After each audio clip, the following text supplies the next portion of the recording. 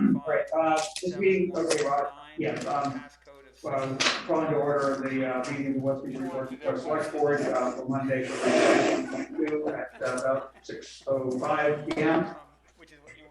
This meeting is being broadcast on local cable TV and recorded for rebroadcast on local cable channels and on the internet. If you're watching on cable and you wanted to call in or to listen to the meeting or watching through the internet, the phone line is 646-558-8656. Meeting ID for either means attending the meeting is 892-2575-7119 with a passcode of 670471. You don't want to do that. Watch the Olympics.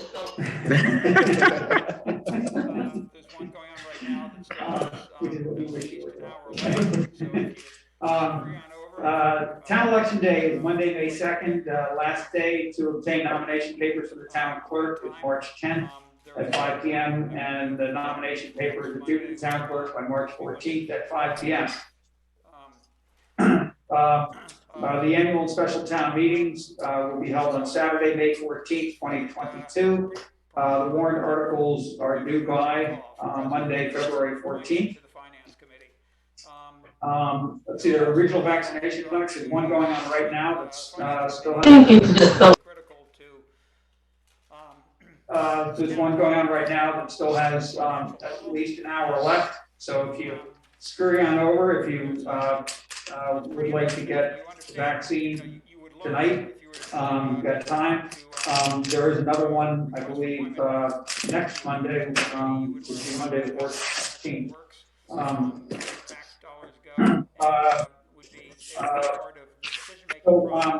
This is phrased pretty appropriately. We have an urgent call for residents interested in appointment to the Finance Committee. There are also other volunteer opportunities, but the Finance Committee is really critical to this town's operation from a financial level, and it's pretty interesting. You understand, you would learn if you were to request for appointment and be appointed to the committee. You would learn a lot about how the town actually works, where your tax dollars go, and they will be part of the decision-making process in what to support at town meeting. And you can go to the town website, www.newbury.org/volunteer, and put in your application there. Please. Rick, if I could just piggyback on that real briefly. So you'll hear this later this evening when we get into the slides, but this FinCom has now set its meeting schedule for review of the FY23 budget. So their first meeting will be March 1st. Then it'll be the 15th, 22nd, 29th. So my point bringing that up is that's still 3 weeks away. So if there's somebody who seeks appointment, this board meets on February 28th, technically someone could be appointed as late as the 28th and still be at the FinCom meeting the next night and really be there for the entire FinCom process for the FY23 budget. So underline what Rick just said. It's a totally integral role in terms of how the budget is set, recommendations to town meeting voters. And so for people who are interested in learning more or having, a direct involvement with, how your tax dollars get spent, it's a terrific opportunity. And like I said, the last meeting, you don't have to have a financial background to do this. You don't have to be a CPA or an accountant or anything. You have to know numbers a little bit, but anyone can do it. And it's not a crushing year-round time commitment. It's something that's cyclical. In a couple of months leading up to the fall and the spring town meetings, it's pretty intensive with meetings and there's some work to be done. But there's several months between typically late fall and probably 3 months from November to through January where there's not a whole lot going on, and then again between town meeting and the fall cycle. So roughly between this year, between mid-May and roughly Labor Day, there's not typically a lot of activity. So people shouldn't be daunted by you know, it's not like the time you three put in. Okay, so for regular business, Thank you. presentation. Can I switch? Yeah. Operating budget by Town Please. Manager Angus Jennings. Oh, switch what? To You- you FinCom. said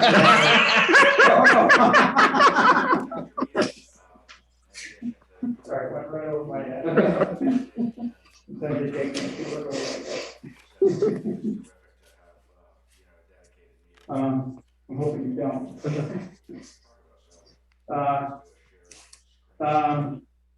And you, this final announcement, you can subscribe to town news and announcements at wnewbury.org/subscribe.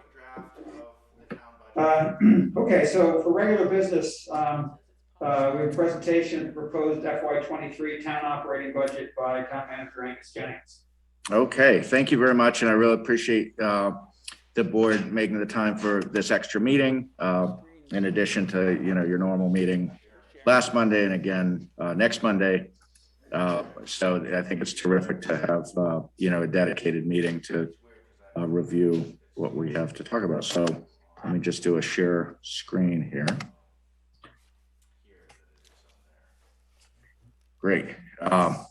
So what I'll be presenting tonight is a working draft of the town budget. Let's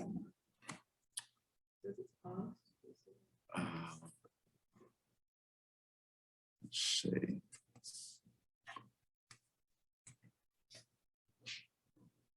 Pause.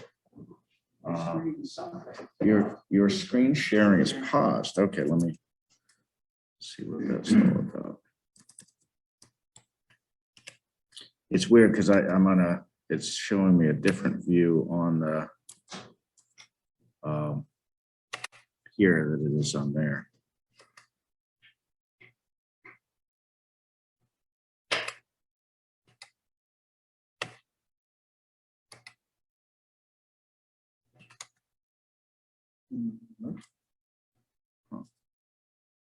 Oh, oops, no, I don't want it. That screen is not showing up on my screen.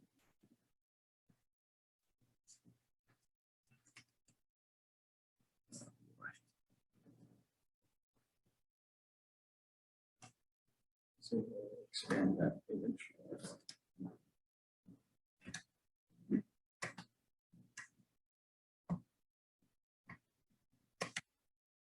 Okay, here we go. Let me try that again. I'll do it this way and then.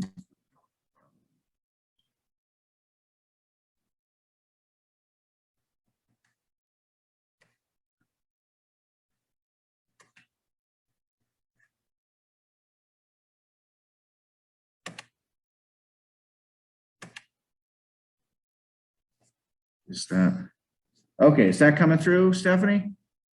Can you see that? I can see that, just not in presentation mode right now. Huh. I see all the slides on the left-hand side of the screen. Okay, well, that's not what you're supposed to see. Okay.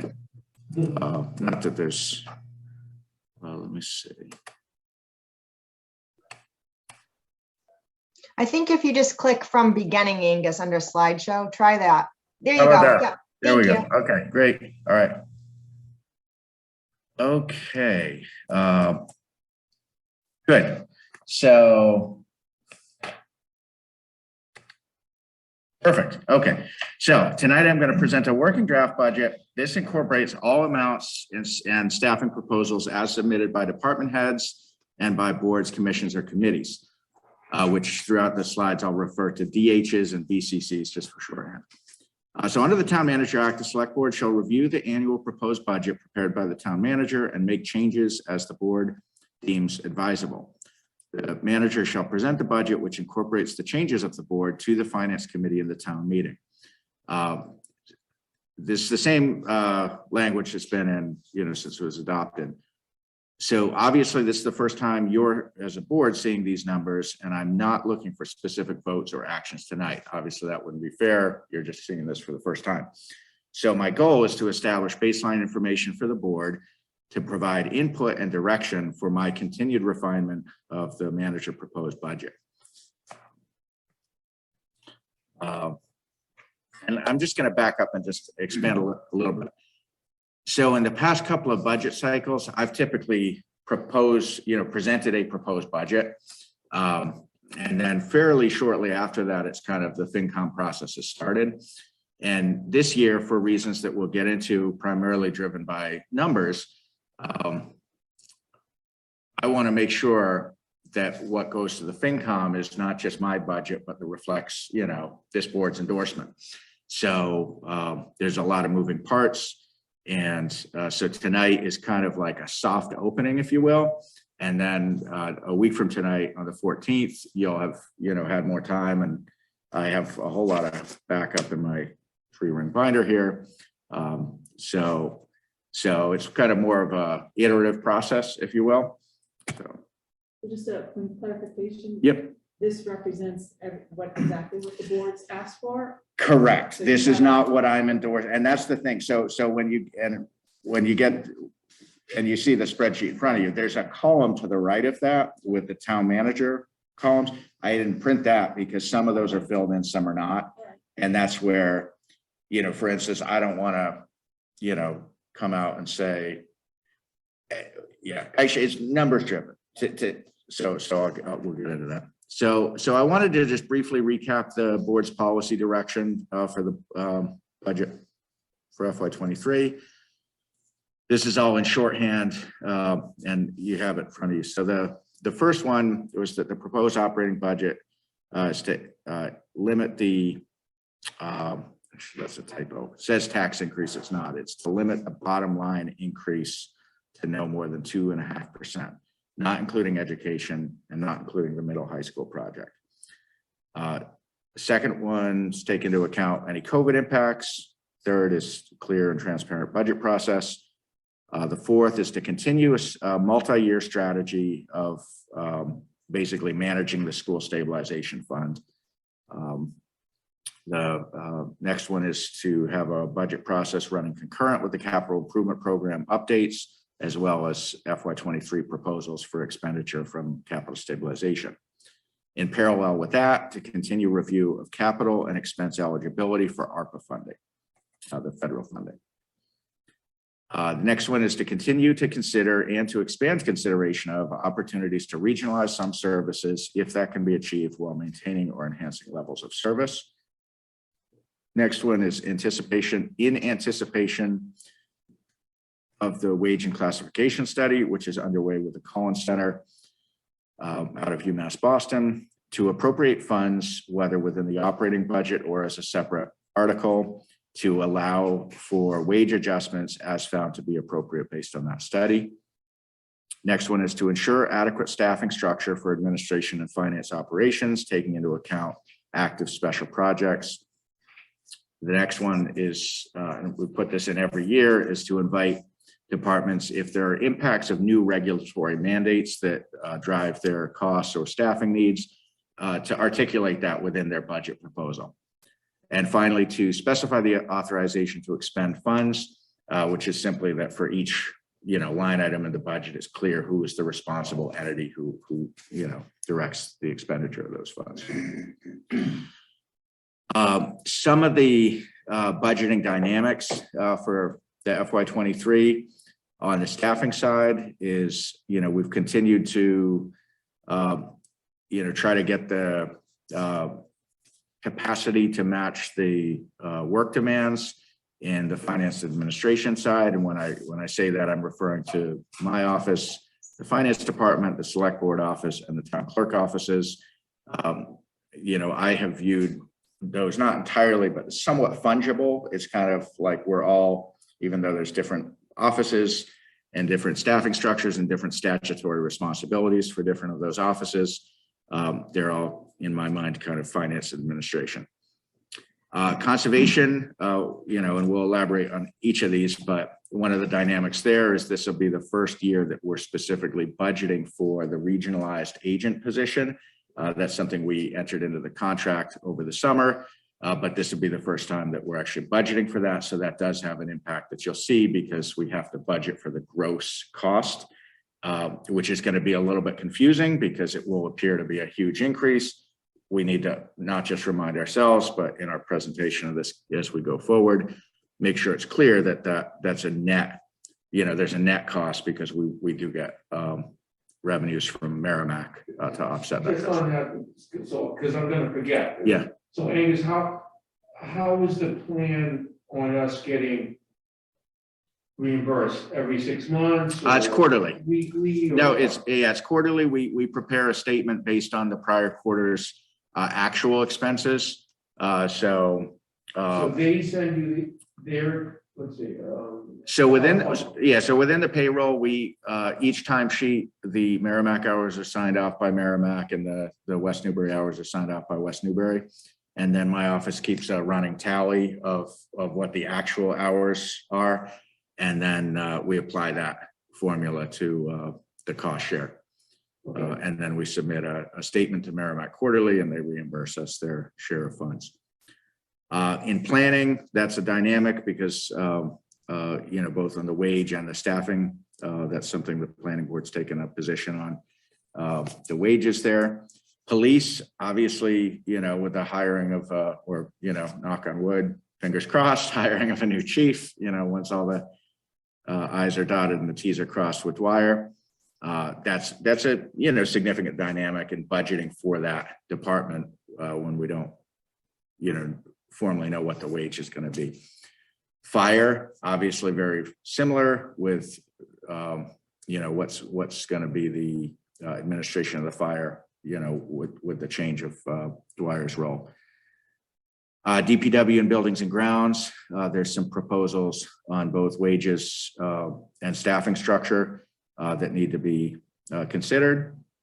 Council on Aging is another area of dynamic where obviously we have a search underway for a new director. So that's one thing, but also there's been over a period of time a sense that there ought to be more capacity there to really run the level of programming that is needed in the community. And Parks and Rec, whereas you can see with the table on the right, there is no dedicated staffing. So that is something I would like to address in the FY23 proposal to get some capacity there.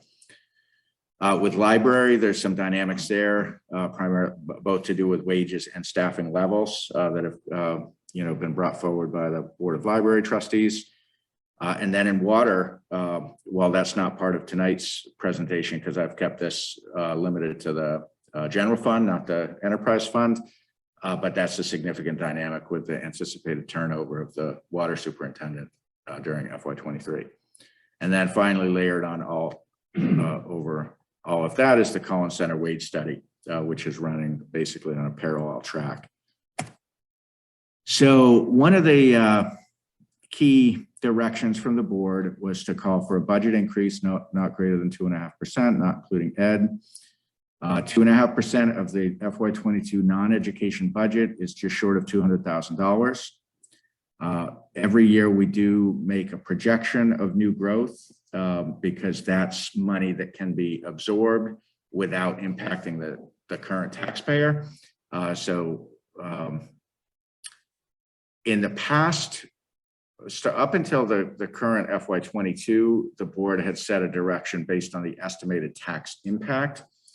At my recommendation, starting with the last year's budget cycle, the board's policy direction has focused instead on the bottom line actual dollar change, because that's a very tangible X plus Y, number.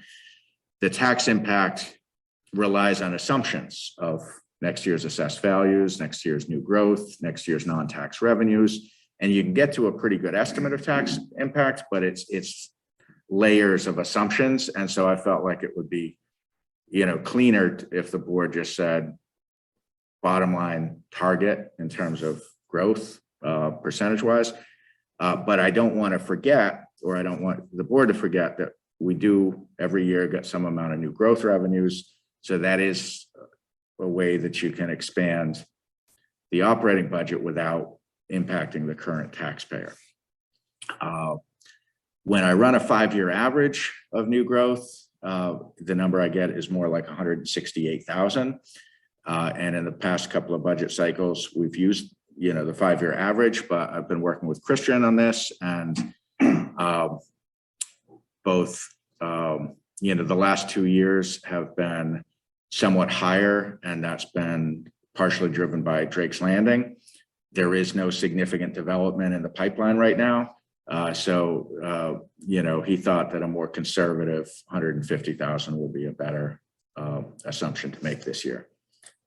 So that's,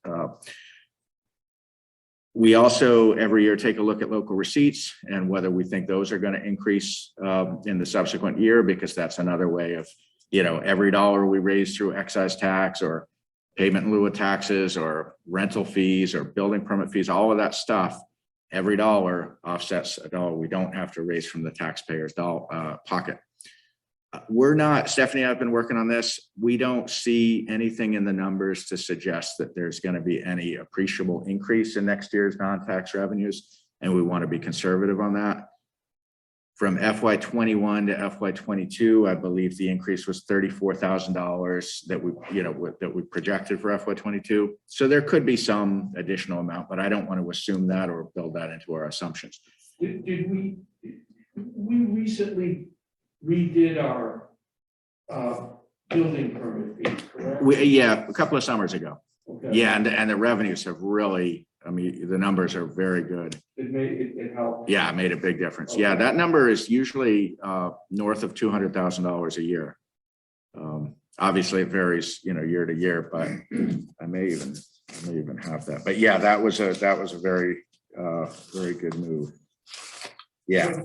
And currently that supports the majority of the expense for the inspection department. Yeah, theoretically, it's not like a enterprise fund where it's paid from that, but yeah.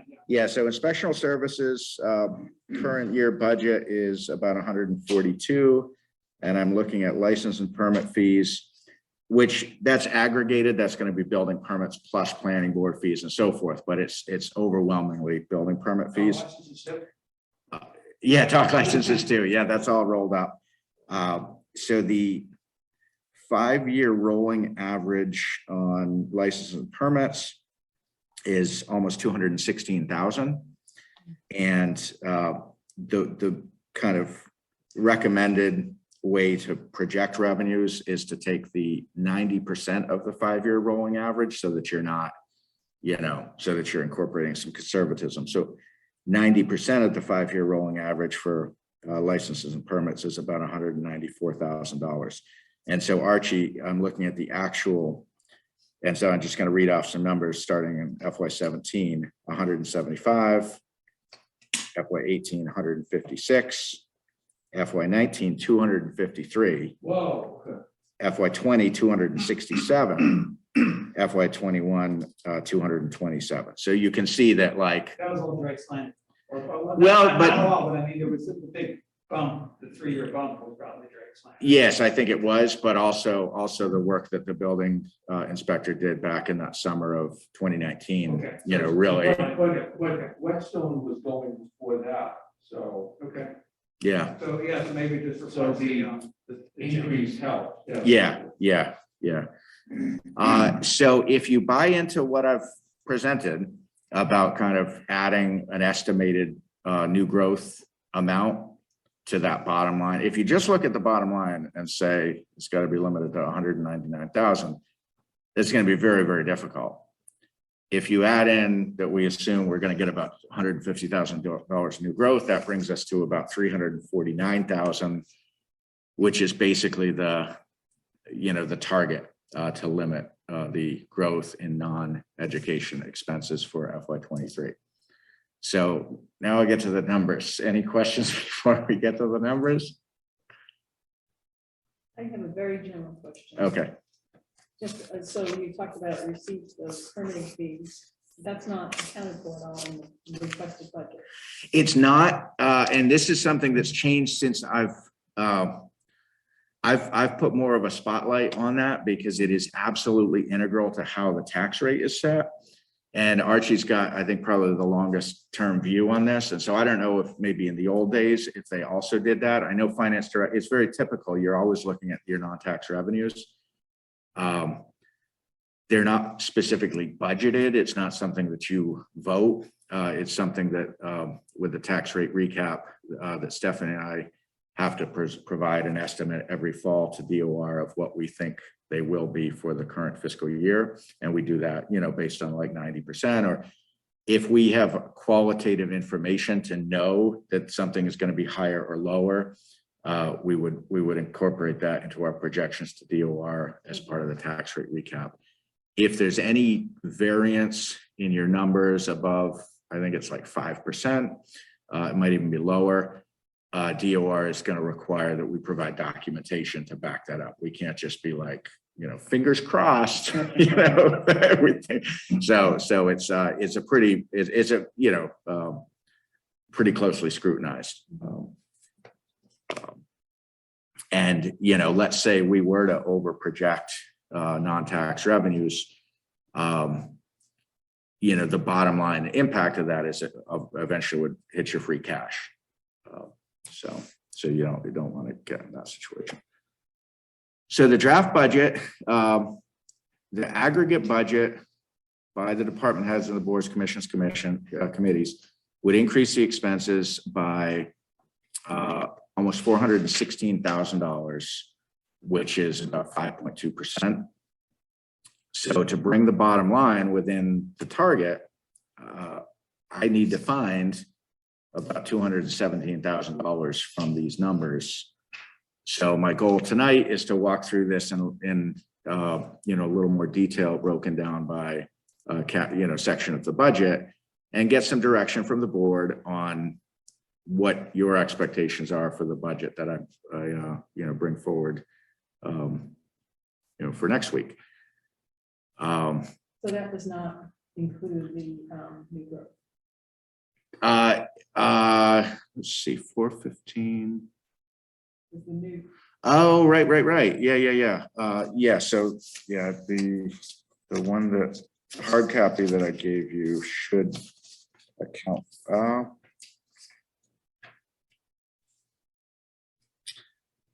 Correct. so actually is better than it? It's better than it looks. Fine. Good. Yeah, good. Thank you. But you know, we also need to remind ourselves that while it's all fine to, you know, focus on the non-school budget, because that's really what we can control, at least to some extent, other than things like retirement and health insurance, we are looking at a overall bottom line increase of 10% with the schools factored in. We do think the Pentucket budget could go down somewhat from where it was presented last Tuesday. But Justin's been clear, it's not, he doesn't see like a major decrease from what they proposed. So important note, some sections of the town manager proposed budget will be either less than or greater than the amount shown in the budgets from the department heads, boards, commissions. So my goal is to get the board's direction as to what additions or subtractions would have board support prior to the referral of budget to the finance committee. And let me say, I'm not looking to get all of this tonight. I'm happy to work with each of you one-on-one in the next, you know, in the next week, even next weekend. Like, I want to get this right. There are a lot of moving parts in this year's budget. And as you know, we've been super stretched and busy, you know, really for quite a long time leading up to tonight. So so for instance, this really nice 3-ring binder that you see with all the backup, I just put this together over the weekend. I've had all the, you know, we put the information, we have a shared server, but, you know, we're constantly getting new inputs. As recently as today, you know, we're refining.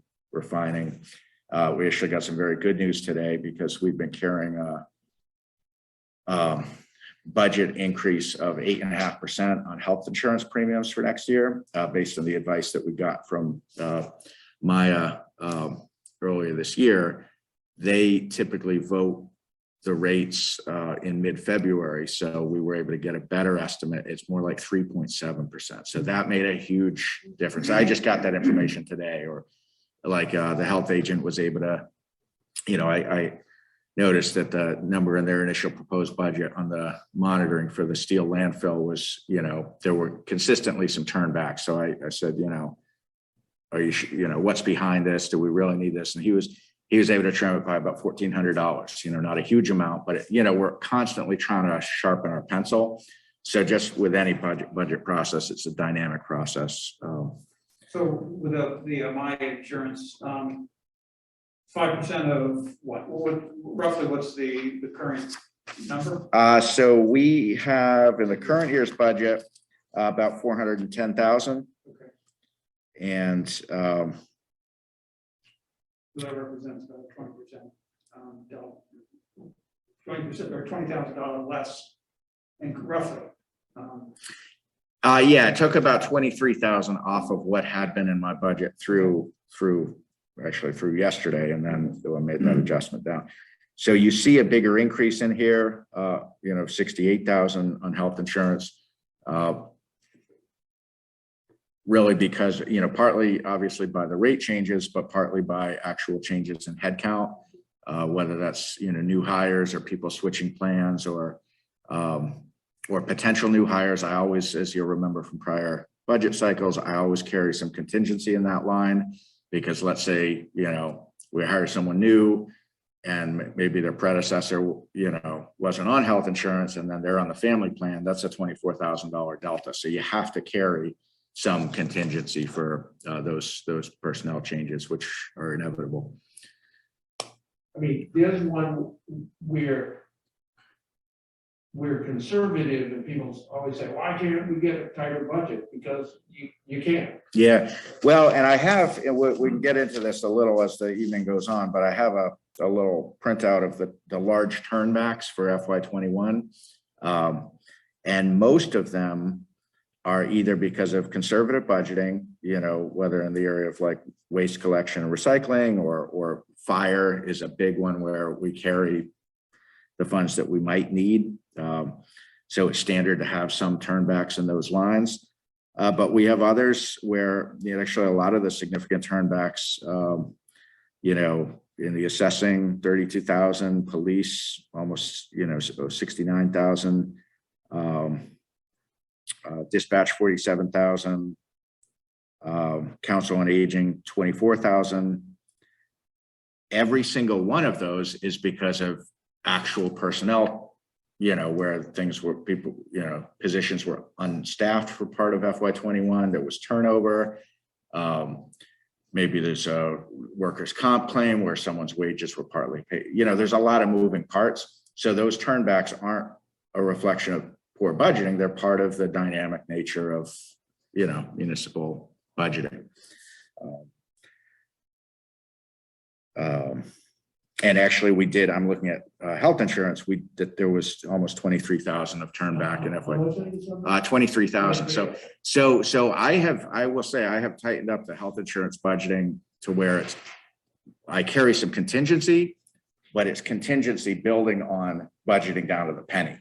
But that 23,000 though could have represented just one. That could be one different person. employee, right? Correct. So I don't think that's too tight at all. No, No, it's not. It's as I wouldn't say our health insurance budgeting is particularly conservative. I think it's responsible, but it's not like, ultra conservative, and so if that situation, is to come up and there's more plan changes or more personnel changes of, than you anticipate going in, that's definitely an area where, some budget years we might need to go get a reserve transfer, or a line item transfer, if the actual costs exceed budget. So yeah, there's really no fat in that part of the budget. So if the proposed budget that goes to FinCom is to exceed the 2.5% target set at the outset of the process, that should be with specific board support. I don't want to put something out there at 4.8% and you guys say, wait a second, we said 2.5. So what I've done for the next several slides is basically broken out by each section, not by each department. We'd be here all week, but by each section. And I did this kind of you know, you do the conditional formatting where it kind of automatically highlights and just helps visually illustrate, you know, the significant reductions are green because green is good. The additions are red because red's not good, and just different gradations of that. So this is just to kind of draw attention to what some of the dynamics are. So I'm not going to touch on every department, but I'm going to hit some of the highlights. And then, you know, by all means, you know, tell me if you have questions or if you want to know what's behind any of the other numbers. But I was going to, you know, spend a few minutes going through some of the kind of known dynamics. And I will say this does carry a assumed 2.5% COLA. So obviously that's, you know, did I say 2.5? No, 2%. Okay, no, maybe you Yeah, didn't. yeah. So I'm carrying I was reading at 2%. the same time. So if that was to go up or that was to go down, you know, that would run all through all, you know, any number that's got wages associated with it, non-contractual wages, I should say. And we've got that built where it's a dynamic budgeting model. So I key that in once and it flows all through the model. So it's quite easy to run scenarios of what COLA would be at different levels. So And just one question before we start. So the amended budget on yep, the special counsel. yes, So we did okay, I see. So we've got, no, okay, so we did an article. yep. Well, it was part of a amended budget. That's right. Yep. Right, but then did we also do a line item transfer too? We did that in Is that addition. in there also? That is No? not. So that's an additional 20,000 above the 38 Okay, shown.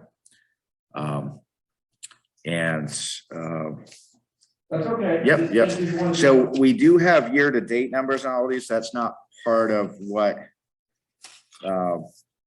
you have in No, I front of don't you, wanna- but yeah. I don't yeah. want to complicate things. I just So- wanted to know that. Okay. Okay, so the first kind of big number that stands out on the FinCom, when I meet with them, they'll tell me if they want it to be something different. But as I think people know that for many years, they would carry a uniform 60 grand in the FinCom reserve. The current FY22 is the first year that they carried anything other than that. And the reason they did that is because they made a couple of reductions in the budget during the process last year. And rather than having them outright reductions, they moved those amounts into their reserve fund to basically say, look, we don't think you're gonna need as much as you say you're gonna need, but just in case we're wrong, we're gonna put it into the reserve fund. So it's still in the budget. And so specifically that came up on police overtime, as well as on solid waste costs, because in each of those cases, and there might have been one or two others, but those were the big ones. So that's where that went from 60 to 98. So far, there has been the one draw on the reserve fund, the $20,000 transfer that was approved a couple of weeks ago for legal expenses. So when we meet, you know, in a couple of weeks, and actually over the course of the process, they could revise that number. So as a starting point, I'm showing 62,000, which is back to their normal 60 grand a year. So it's, you know, whether that remains a reduction of 36,000, we'll see. But when you look at the actual utilization of the reserve fund over the years, you know, I do think 60,000 is probably a safe number because there's enough consistent turnbacks that, you know, if there really was a bind, you know, you can't do the line item transfer till May or June under state statute, but there does tend to be some, you know, unspent money in some number of accounts, whether that's, you know, fire or solid waste or something. So. That money is accessible after the beginning of May, essentially. Correct. Yeah. And unlike the reserve fund transfer, the line item transfer requires both FinCom and Select Board approval. So that's something you guys would see. So the first significant increase is the special counsel line. You know, obviously, when we put together the FY22 budget, we actually didn't know that Mike was going to retire. So it came in at, it was initially budgeted at 20,000. At the fall town meeting, it was amended upwards. I'm sorry, it was initially budgeted at 18. It was amended upwards by 20, which was a net zero impact of basically reducing the town clerk council budget and swinging that 20,000 into the special council budget. So 38,000 was kind of what the math dictated, rather than based on any real data, because at that point, KP had only been on the books as general counsel. I think when we were doing the fall town meeting warrant, we had an invoice for August, but I don't even think we'd probably have the invoice for September yet. So we really didn't have any data. At this point, we have 5 months of data. And so what I've done with the, in that case, the department head proposed budget is my number. But that's something, I want to make sure that whatever gets put forward is what the board agrees is the right budget number for special counsel. So what I did is I took the average legal cost per month for the period of time that we've had outside counsel and annualized it. And I think I rounded down a little bit because I do think that between them coming in new and inheriting a backlog of work, as well as some of the particular issues that we've had to contend with, knock on wood, I don't think the bills will continue to be as high, but I still think, we have to, be cognizant of the average bills have been, $6,000 a month, actually more than that. So let's talk about that for a second. Yep. Do we think that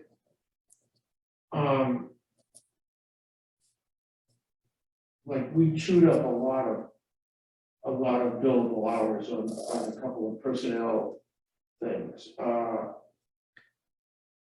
Was that just a bad year or what? You've been at this longer than I have here in West Newbury. It seems to me that it's been an exceptionally difficult year, including. That's what I would say. Yeah. That's what I'm certainly hoping. Yeah. Yeah. And I'm looking at, I've got this chart that you guys have seen before with monthly bills. In September it was 8,100, and in October it was 7,300. November it was down to 4,700. So we've only got 5 months of data. Plus they were on the books in July, but just as outside counsel, that was 1,300. So we have just 5 months where they've been primary counsel. And there's been some specific, issues that have been time intensive, but also there's been a huge volume of questions. And some of those have been backlog questions. One thing that I want to put together for the kind of formal budget proposal, which I think will be interesting, and certainly for the FinCom review, is a general breakdown of legal costs by category. So general, legal, labor counsel, and then land use. And I think people will be surprised at how much the land use, whether it's planning, conservation, there's been, 1 or 2 Board of Health questions. Yeah, regarding the conservation, the CRs in particular, Vanessa of Greenbelt made the point fairly recently that she's guessing that what has been done recently for the CRs for the Coffin Street property, even for say wetlands, is will be somewhat a model to follow going forward, which hopefully, that required a lot of our council's time. Or at least that's my impression is. I don't think it did. Okay, I thought that they had reviewed it a couple of times. Maybe I'm wrong. Maybe I can't remember how much. I guess I thought over the course of couple or 3 months. No. If they reviewed it, it was once, because I'm really careful to not, if I know something's a moving target, I'm not gonna, like the wetlands bylaws. I haven't sent it. No, I think, I would agree with Rick. It seems like we've done a lot of these in the last 5 years, and it seems like we're starting at ground zero for each one. Haven't we sort of got to got a format, that's Rick's point. I think so. Yeah, I think, agree, yeah. I more think of things like the intermunicipal agreement with Merrimack, Yeah. you know, the intermunicipal agreement with Amesbury on the clinics. You know, some of those have been more like, those aren't going to come up in a typical year. Yeah. But, you know, you guys have all seen the bills and the detailed breakout, so we can all, you know, go back to. Another thing, Angus, to think of is we've got, we've got a couple of contract things which hopefully are done for a few years, right now. We haven't gotten them, and you're talking about the union contracts? Yeah, They have not been involved with any of the union bargaining. Other than, you know, there's the you know, grievance issue that they've did been they involved look with. over the contract? No, Oh. Okay. no. So, Yeah. so this is one that, you know, we all, and again, I'm not looking for any votes tonight. So, but I think that, like, you know, if we all kind of go through the invoices and say, what do we think is going to be the leveling amount, you know, that's like a safe budget number, because we don't want to budget too aggressively and then go to FinCom next spring. And, you know, I think obviously, you know, we're trying to do our best here to get the number that's like the right number, but not too much. So it's, you know, every month that goes by, every invoice we get gives us a little more data. And, you know, you can look at them and say, you know, there's some anomalies, but in any given year, there's going to be some things that come up that you don't anticipate. But I do think that by any measure, this fiscal year has been, you know, had some particular challenges and some really time intensive things from a legal standpoint. So next one, you know, see a modest decrease in the clerk council. That's really just based on the, you know, staffing levels, which at the point we proposed this, we didn't, you know, things were still in motion in the fall.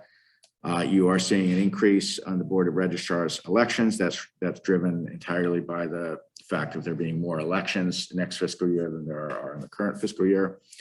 The Concom, you know, that's going to jump off the page is looking to be a huge increase. And I don't have the number handy in front of me, but I will. I mean, I have it at my desk, but what's the revenue offset from Merrimack? If you guys want that, Stephanie may have access to the server, but you know, a significant amount of that, well, a significant amount is paid back by Merrimack. But one of the real dynamics right now, up until a week ago, I continued to be thinking 25 hours in West Newbury, 15 hours in Merrimack. But I heard from the Merrimack finance director on Friday that based on the, you know, really dire situation in the Merrimack budgeting, that, you know, they're just not sure if they can go above 12 and a half hours. It could even go to 10 hours. So my approach to that, and again, I'd like to, you know, understand as we go forward, is this the approach the board would support?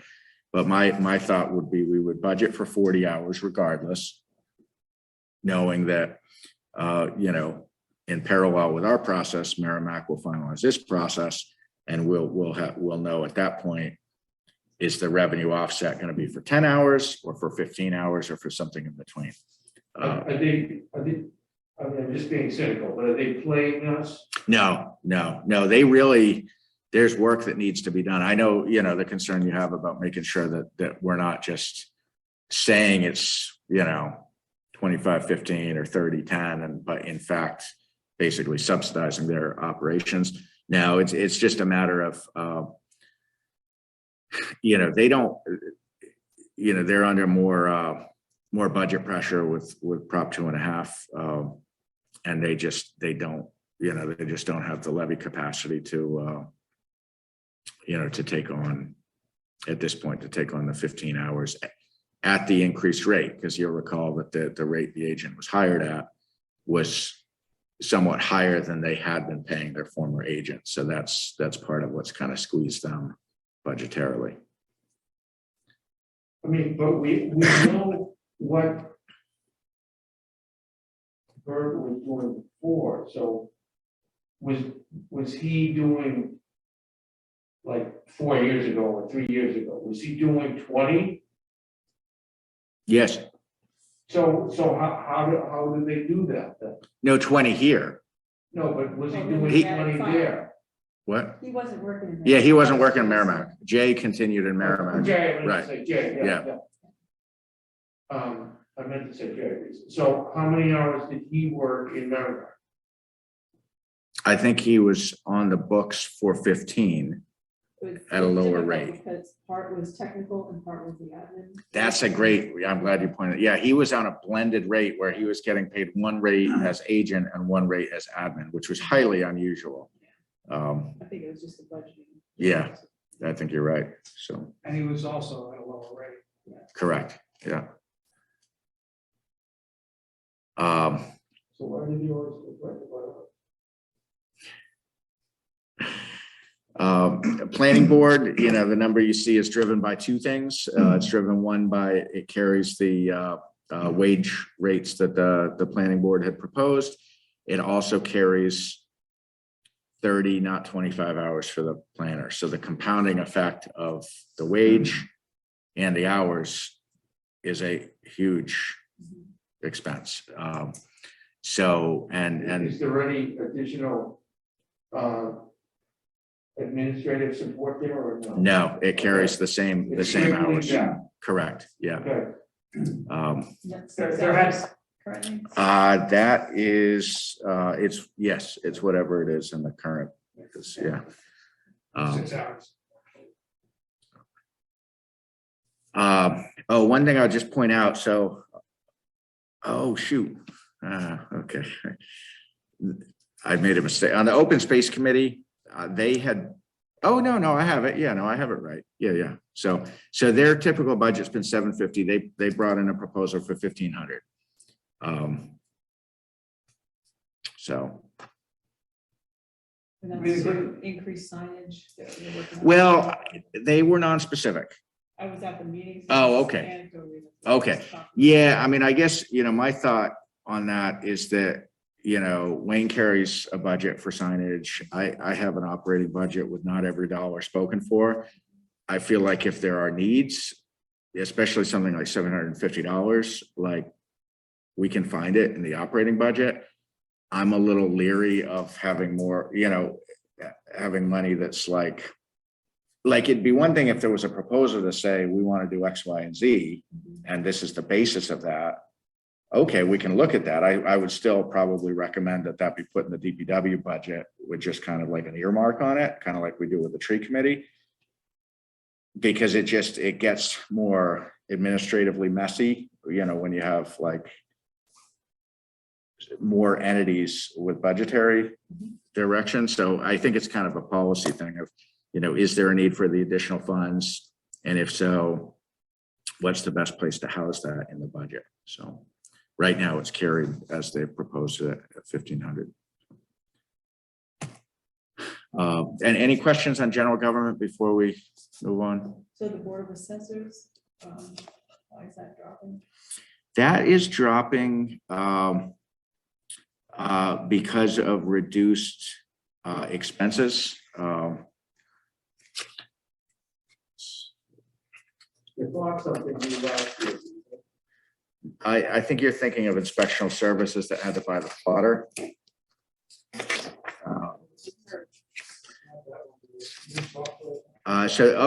They had carried 2,500 for that exemption mailing that they did. And that's not something they're going to do every year. So that's a reduction there. Let's see. Mapping and GIS. Oh, yeah, the pictometry flyover, that might be what you're thinking of. That was in the last 2 budget years. And that was about $3,600 in each of 22 and 21. So that's not in there. And I wonder how long it is until that. A while. Yeah. Yeah. And they're proposing, so their expenses are down about $5,100 from the current budget here.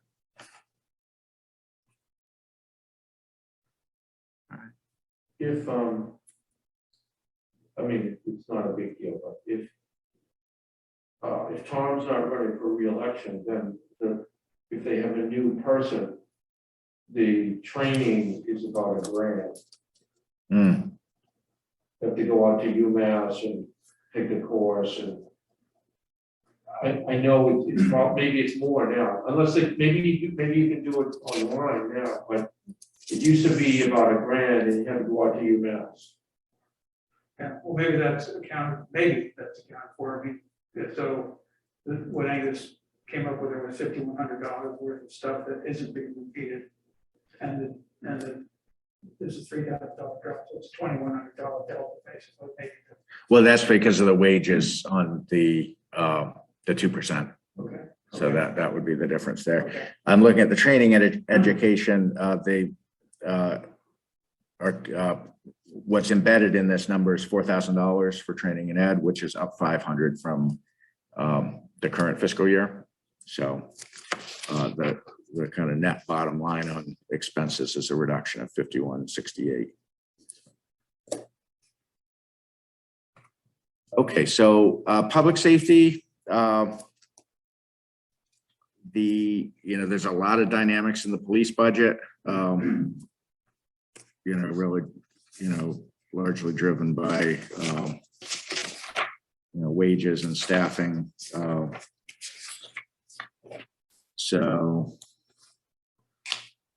that's a number that's gonna, change as we get to, more clarity on the chief contract. Nothing else really that's significant, I think, from a dollars standpoint. And then the harbor master, that probably could be reduced a bit because what we had done, for a couple of years is paid a portion of the costs of the harbor master monitoring, or, the enforcement presence out of the waterways fund. And we do have an available balance of about $21,000 in that. And the harbor committee had been supportive of that. And we had done that for a couple of years. So we'd included somewhat basically subsidized numbers in the operating budget because a portion of those expenses were being paid from the waterways fund. The harbor committee hasn't met in quite some time, so I didn't want to make the presumption. But I think that, if we need to find $2,000, we could kind of reduce that, and we would still pay the bill. Like, we would still have the money. We'd just be paying a portion of it out of the waterways fund, which personally I think is, I think would be smart. Well, is that, so what are the sources of revenue for that from? It's half of boat excise taxes go into that. And I believe the other source is when people pay for their the moorings and the boat.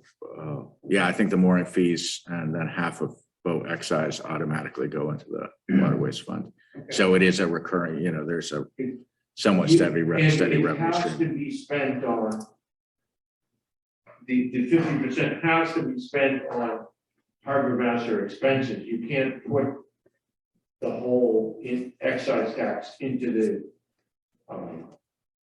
operating, just the regular budget. So they either spend it or it's just going to sit there. That's right. Yeah. And it actually had sat there for many years until I got here. And then what happened was when we modified the agreement with Salisbury to include the enforcement presence, because it used to just be pump out, and the pump out, we get 75% reimbursement under the Clean Vessels Act grant. We have only carried 25% of the actual cost in the operating budget because we get 75% back. When we added the enforcement piece, that added, I believe, $2,000 a year to the agreement with Salisbury. And so that was, I forget if we paid one or the other out of the harbor, out of the waterways fund, but we were paying for either the pump out or the enforcement out of the waterways fund rather than out of the operating budget. So that's why you see, a lower amount in FY19. And so do these numbers represent the contract Yes. Yep. That's exactly right. Yeah, so the contract provides for, a certain amount of, so for the pump out, it's a total sum not greater than $6,000. But again, we get reimbursed 75%. So that's 1,500 of the 4,000. And then, the enforcement is, the balance of that is $2,500, 2 equal payments of $1,250. So that's how you get to the 4,000. Any questions on that before we go? Okay. Education. I wish I had done the breakout of this, and I didn't print out I have, behind this, like all the line item detail, and I didn't think to print that out. Hey, Stephanie, you don't have the budget. You can't, are you able to open up that budget workbook? Absolutely.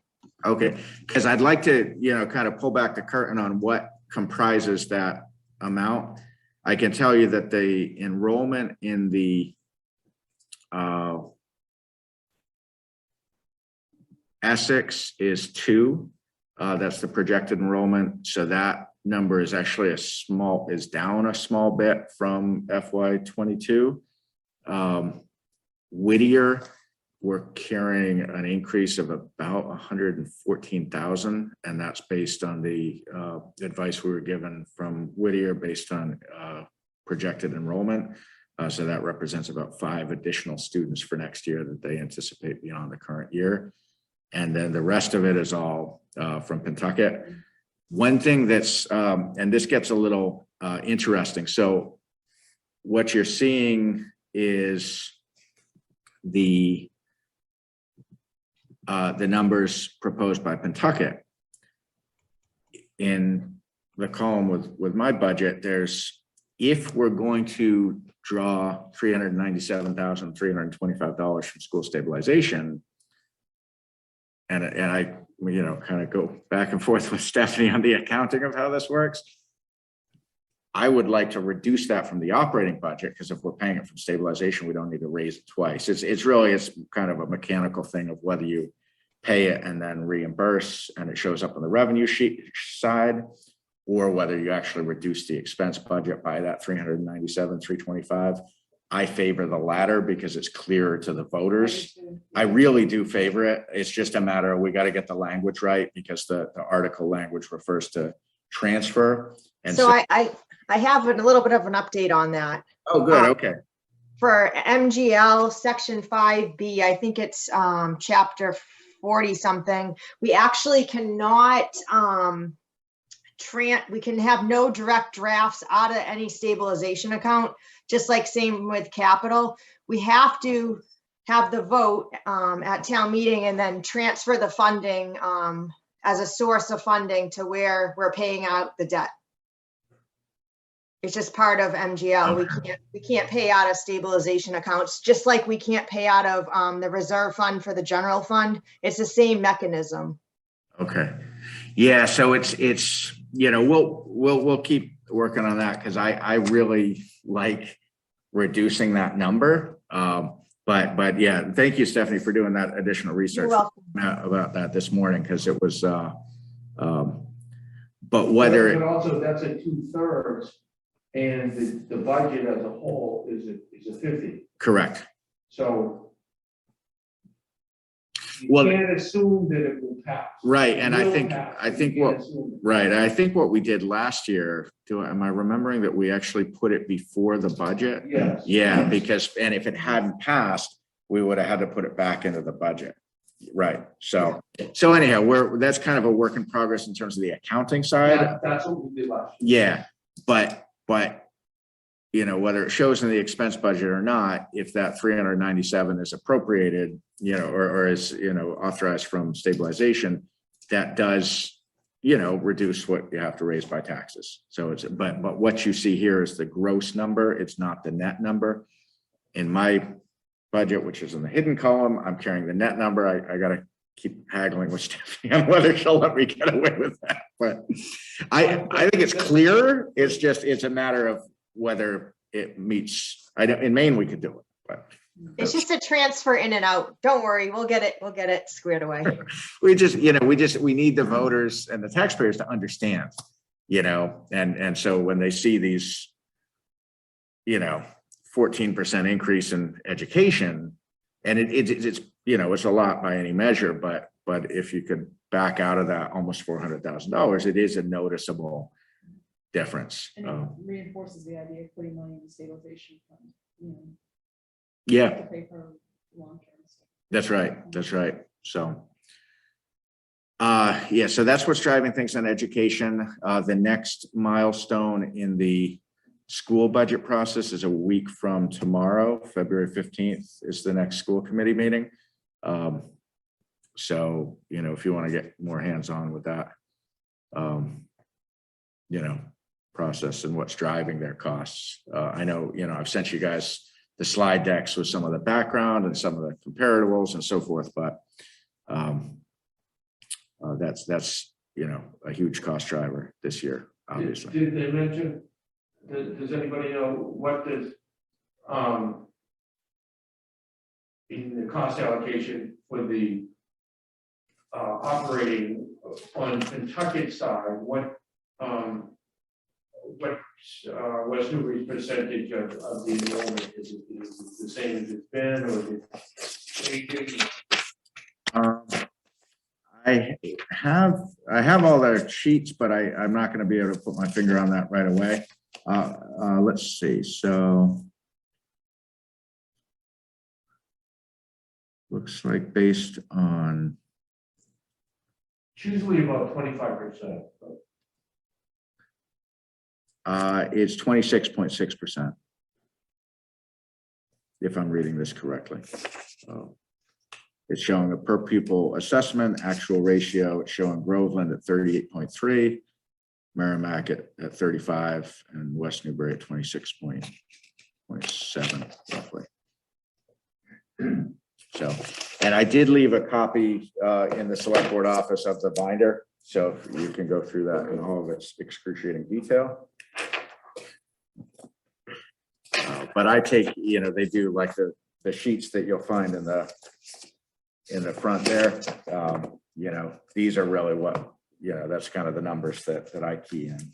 Sort of the executive summary.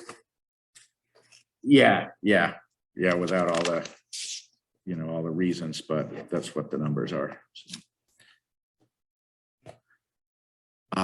I'm sure Justin would be very happy to, either he and or Greg LeBrecq to come to a board meeting to talk about the budget. I think that's typically been part of the budget cycle. So that might be something we look at for the 28th. Yeah. So make a note of that, Jim, for me to follow up with Justin, see if he's free that night, the 28th. Okay, DPW. There's the main driver here is a couple of proposed wage increases above COLA, and also a proposed creation from the department head, which I am in support of if we can make the numbers work, which is an if, but the proposed creation of a new full-time position. This is the only proposal so far in the budget of a new position, and that would be the working title. It would be assistant DPW director / sustainability coordinator, to someone to help our director basically keep up with the the number of existing and kind of known and aspirational projects, whether they're construction projects or policy projects, or there's a whole host of things, but that's something we'll need to flesh out in more detail. And there is some, there's some detailed backup that we'll get to you, and we'll get to the FinCom with a full, budget for the rationale and justification for that.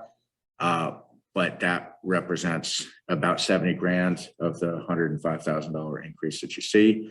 And then that one position, and then there are a couple of potential wage increases above COLA, just like you'd seen earlier in the budget, some different sections. So, I'll need to get your input on which of those, you may be favorable toward or not. Health and Human Services, we're seeing a reduction in the Board of Health. That's really driven by reduction in recycling costs, which is a huge plus. That's gone back into being a very modest, revenue positive issue rather than. We should get that information out to people. 'Cause Yeah, people now think, what the heck, it doesn't do us any good anymore. But that's a great point. Yeah.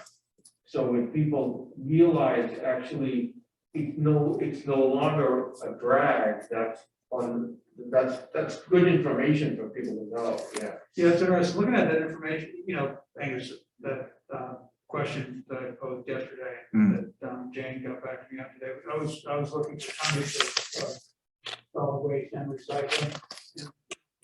A spreadsheet that, or a report that Jane did on a monthly basis, and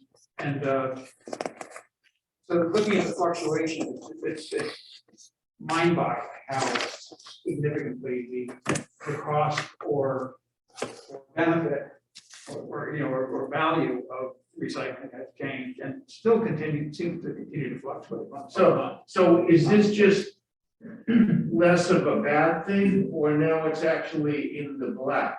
Less of a bad thing. The positive revenues in January were $15.29. So. Okay, But it still is. No, yeah. It's the other side of it.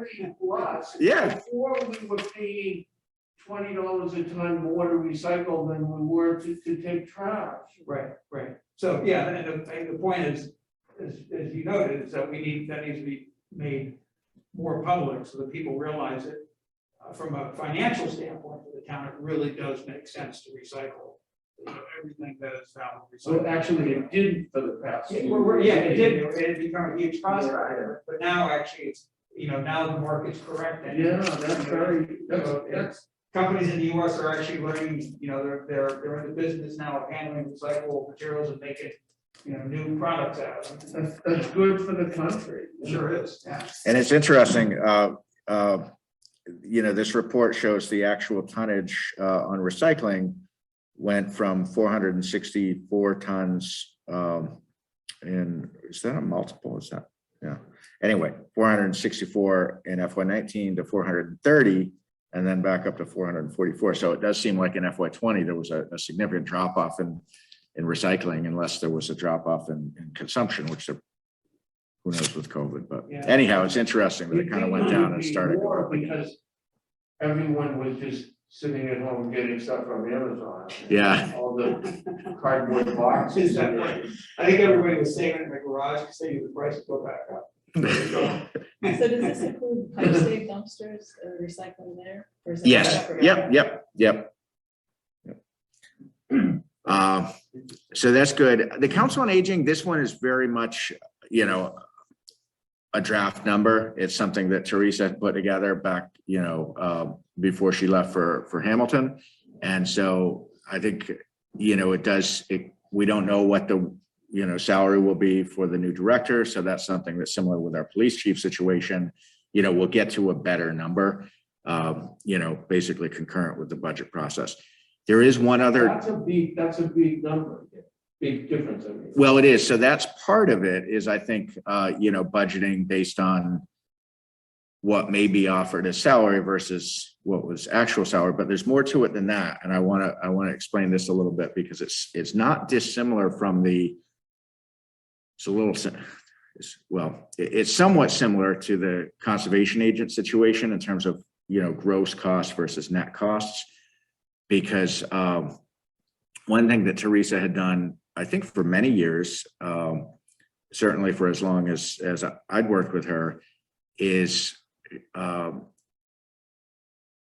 believe it was half of the pay for the site coordinator, who's the person who prepares all the meals for Meals on Wheels and for the dining, had been paid directly from the formula grant rather than paid out of the operating budget. So she was only carrying, the department was only carrying a portion of the true cost of that employee.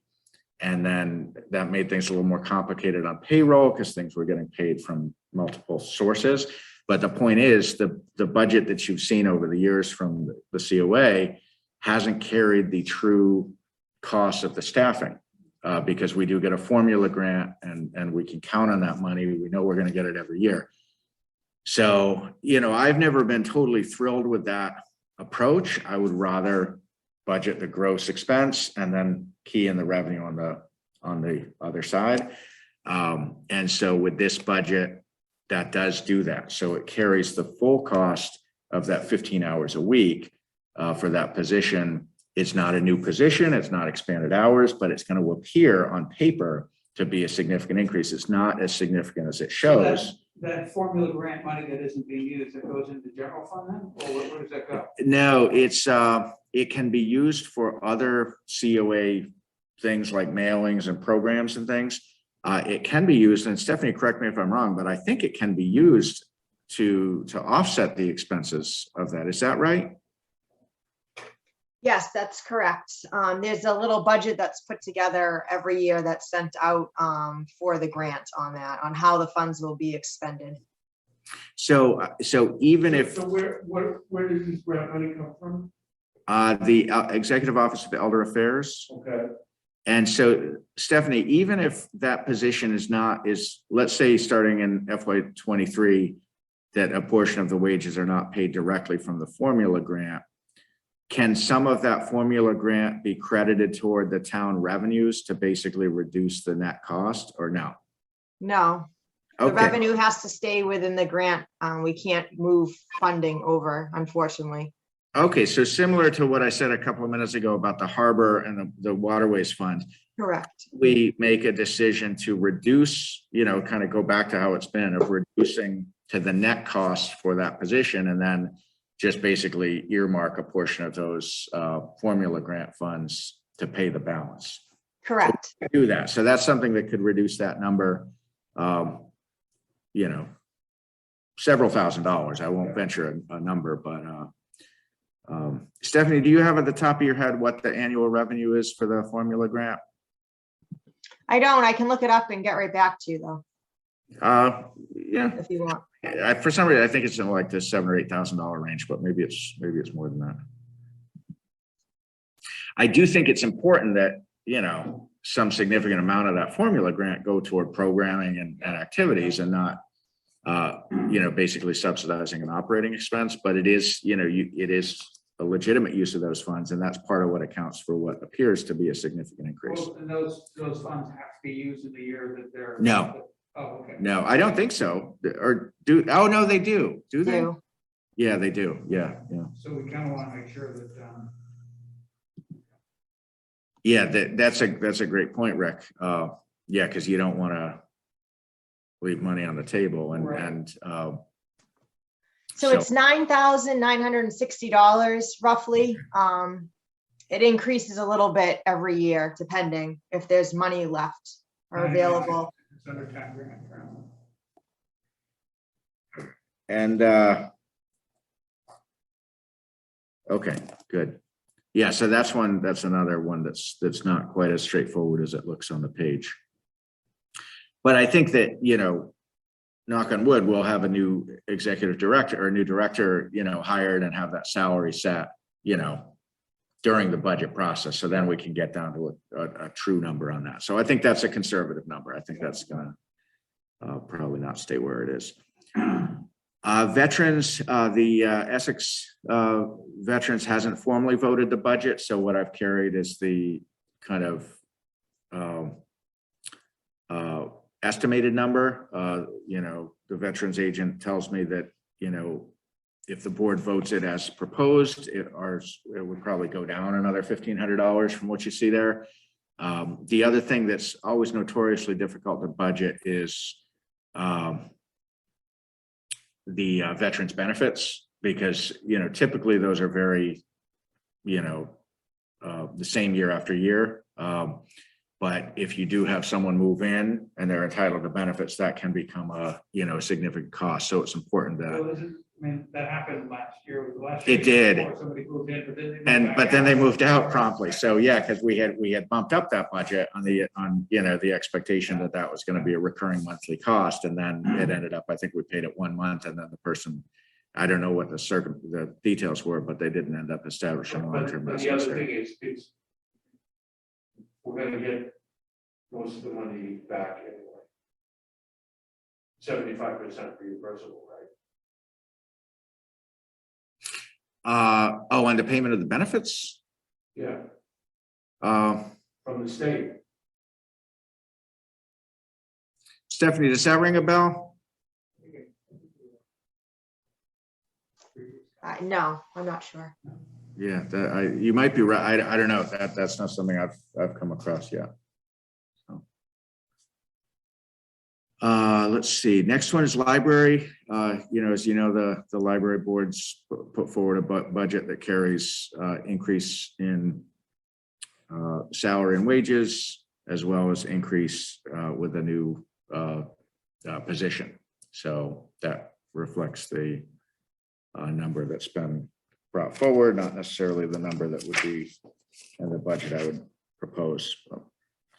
So one thing I had mentioned before when Fred was on the Zoom meeting a few weeks ago, that the adjustments in the wages, I think is supportable, but to me, with the caveat, why do we have the library with the longest open hours of practically any library around? That, okay, if we're short-staffed and it's hard to get enough people, then why are we open way more hours than any other library? That's my question. Mhm. And I'm gonna continue to push that. Recreation, this is a very dynamic situation. I do not anticipate putting forward a budget that, resembles what you see here. But this is the budget that was, came out of the Park and Rec Commission meeting a couple of weeks ago. Upstairs. Up there? Yeah. Thank you. And, my concern is not just the, 1 year increase, but the multi-year, increase. Obviously, 20 was lower, partly because of COVID.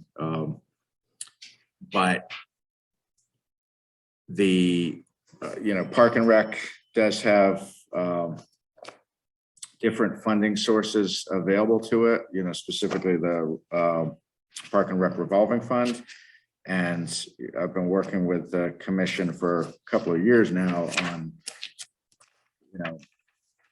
what I would like to see of more revenues generated by user groups and not having some of these increased costs we've seen, primarily the porta potty costs. That is really a major share of what their costs have been, simply transferred to the taxpayer through the taxpayer funded budget. I think it's more appropriate that be, if not covered entirely, at least significantly offset by fees generated by user groups.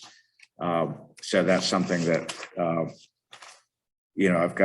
they just voted this last was it, 2 Thursdays ago? And they're showing basically for the entire fiscal year 23, only drawing $3,750 from the revolving fund. But the revolving fund as of now has actually it'd be good to see more revenue coming into the revolving funds that can then help to offset some of these expenses that are really for the benefit of the user groups, not to the general public. So that's kind of a philosophical discussion that's really 2 years ongoing at this point. So I think that's something that, as we, have more dedicated budget meetings where we're drilling down into some of these, I think that's something I'd love to see the board more involved with that discussion. not to suggest you know, but you know, I've been going to their meetings for a couple of years, and it's like there's this kind of push and pull on revenues coming from user groups versus taxpayer. And So how has it changed? Is it, in other words, what were the leagues and so forth paying for field maintenance and stuff and so forth 5 years ago versus what they're doing now? so I don't have 5 in front of me, although we can. I just picked that. Yeah. So, but in FY20, revenue coming in was 6,750.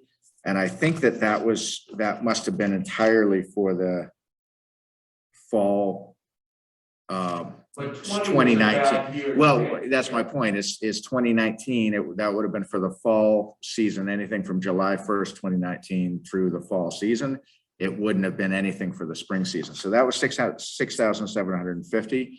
So I don't know that it's half, because the fee structures are maybe different and the user groups are different in the fall versus the spring. But let's say that represented, you know, somewhere around half of a year's revenues. Yeah. FY21 revenue deposited was just over $2,000. No surprise, obviously, with COVID. FY22 year to date is about $4,600. So but during the same time period, the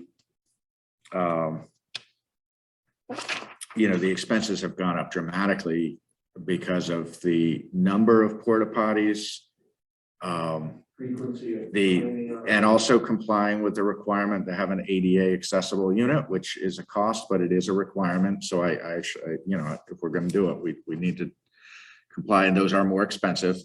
And then the frequency of cleaning. So it's been a significant increase in costs.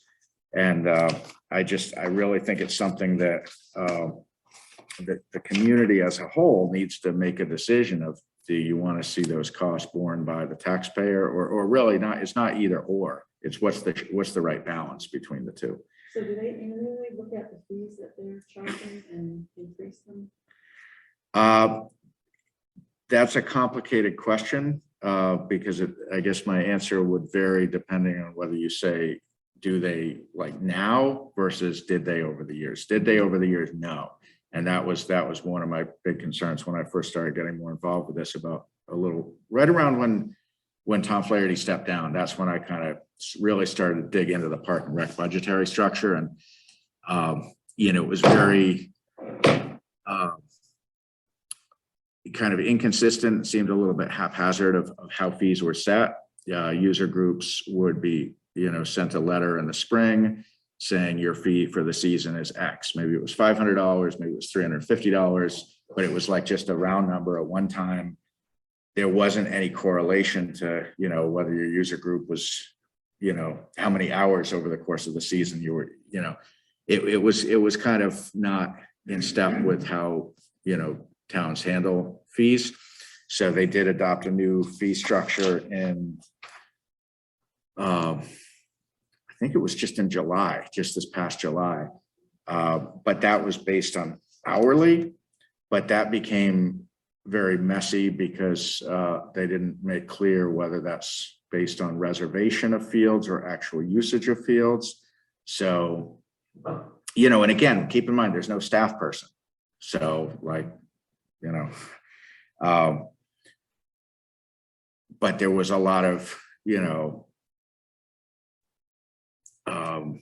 kind of back and forth among the commission, the user groups, Annie in the select board office, who was helping me with this or does help me with this, and myself on like what the right fee is. And then you'd have instances of, a group that was intending to use the field and then it rained and they'd want their money back. And, the approved fee schedule, and I can't see it, but this is it. Like there's no words, there's no framework, there's no pursuant to such and such authority. Doesn't look like a fee schedule. Mm-hmm. So it's been an ongoing discussion, both at meetings and with, I can't even tell you how many emails where I think I have been really clear and really consistent of what my expectations are with it's still a work in progress. So I know they're continuing to work on it.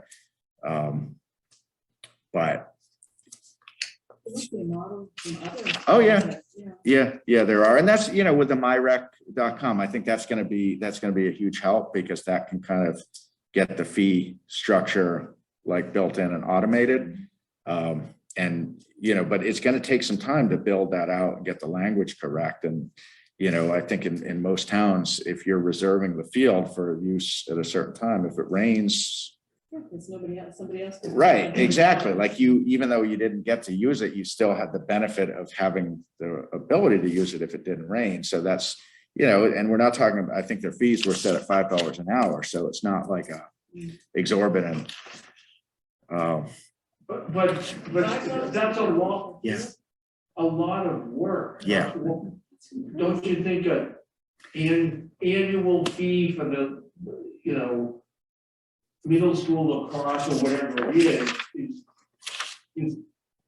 and providing, you say, I want two evenings a week, for 8 weeks or whatever it is, and we have a fee for that.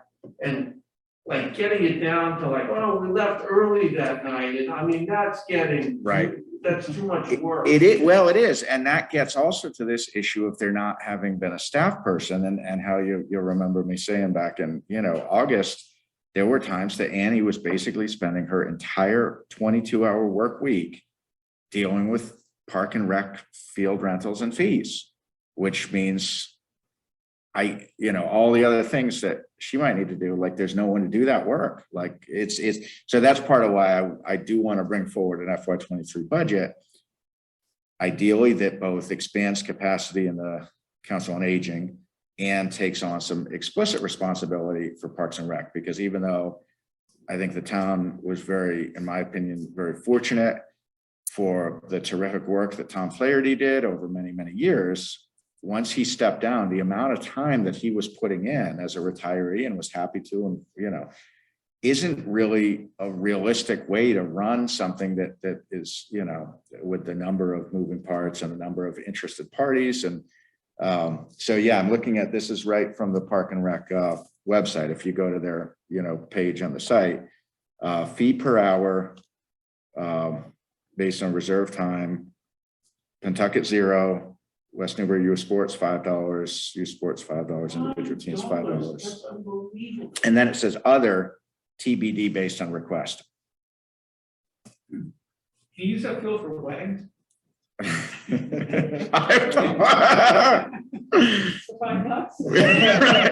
So You gotta bring any, like, a demo- Your a wedding ring is demolition $20. yeah.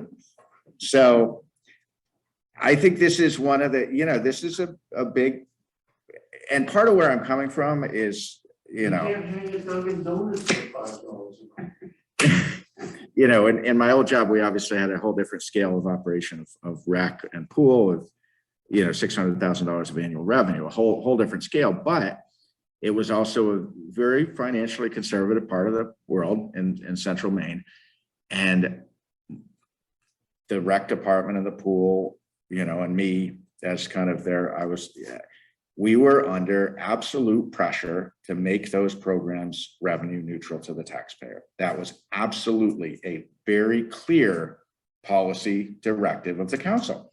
So we watched every penny and we calibrated fees to expenses, and we broke down every program. I could have told you how much T-ball was making versus tennis versus, you name it. Like we offered 30 different programs and we accounted for every penny we had a very sophisticated accounting. How did you do that?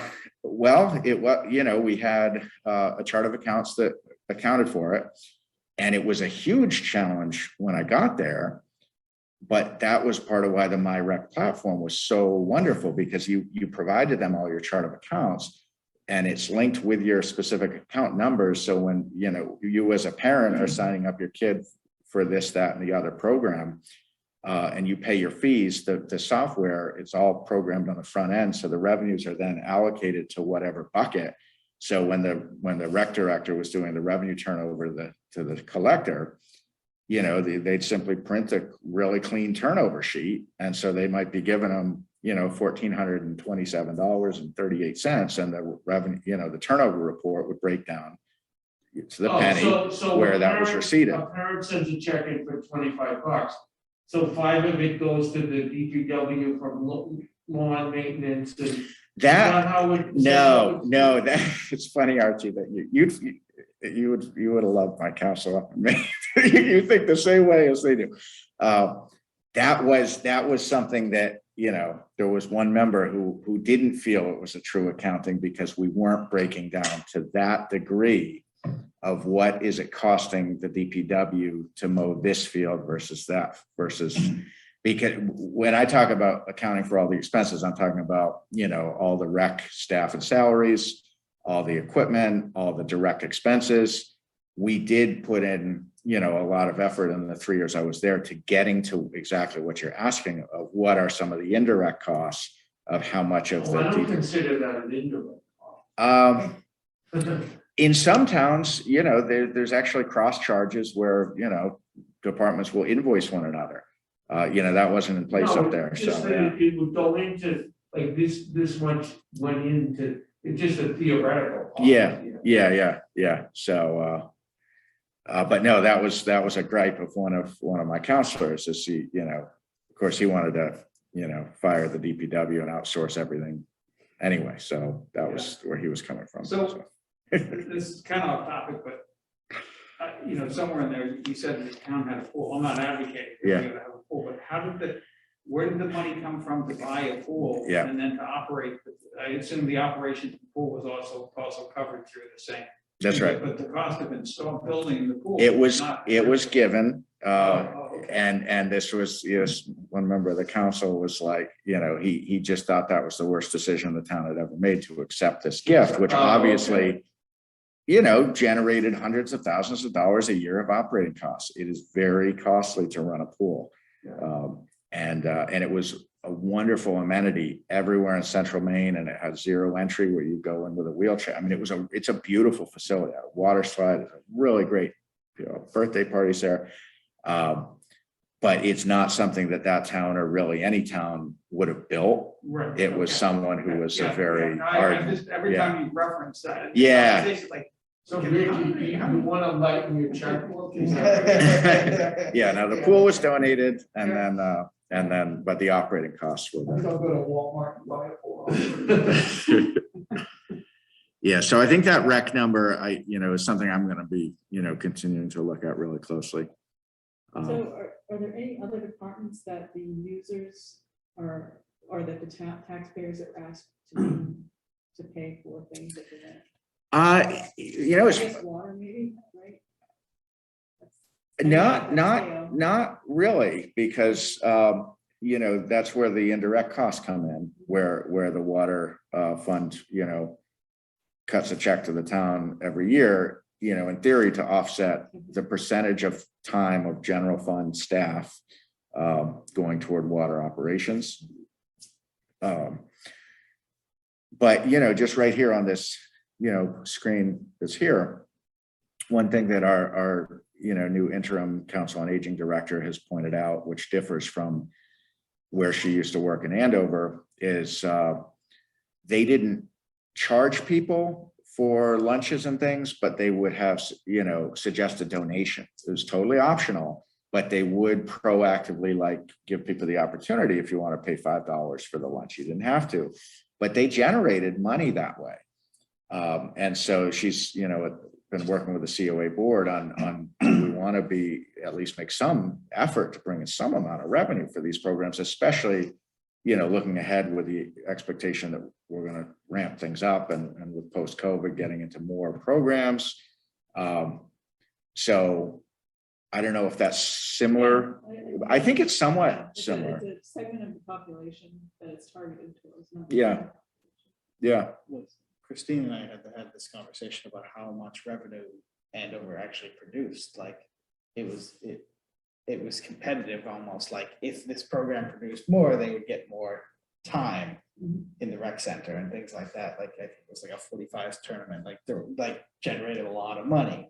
And so they always got like prime time choosing when they came out with like the facility time. And so things like that, I think she's right in the sense of there's a lot of fees that could be generated just from donations from people trying to either get their program on the docket or to make sure that they get the space they need.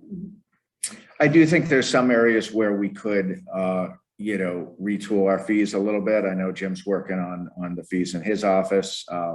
When you look at the actual, time it takes to take one of these permits from here to there, and we're charging, $5 or $10. Like when you look at the actual staff rate and how much, I think you can justify legally, you can set fees based on an estimate of what the time it takes. So I actually, when I was in consulting, I was hired by the town of Kingston to help them set their fees. Give me an example. So for instance, a typical A&R plan, approval not required plan with the planning board, you could take into account not just the impact on the town planner's time or the admin's time, but the other offices in the town, that are incurring time because that went through the process, whether that's assessing office, updating the maps, whether that's on a development project, the amount of time the building inspector or the DPW director or towns with the town engineer, they're putting in significant time reviewing these private developments. That can all be absorbed, that can all be reflected in the fees. And once you start doing a spreadsheet with, and really thinking through like methodically each step of the process in the clerk's office and the recording, and it might not take a whole lot of time, each one of them, but you add that all up, you multiply it by the gross hourly wage, not the salary, but the salary and benefits wage, you can justify pretty significant fees in the area of like development and planning. I think the building inspector has done a really nice job with that in that department. I think there's other areas where, and actually the planning board updated their fees not long ago as well. Compare us to other, that's what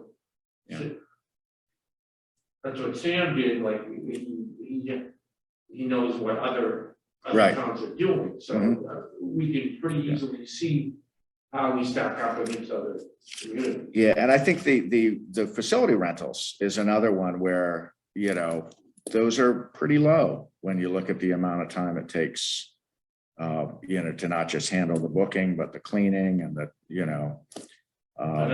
I think we could justify some increased fees in that regard too. That's actually been on the, on that long project list for probably 2 years, because I think it came up in the, early winter of calendar year 2018. We updated that policy, and I think that night the board said, "Oh, we really ought to retool the fees." I put it on the list, but to do that properly, takes some time, and it hasn't risen to that level yet.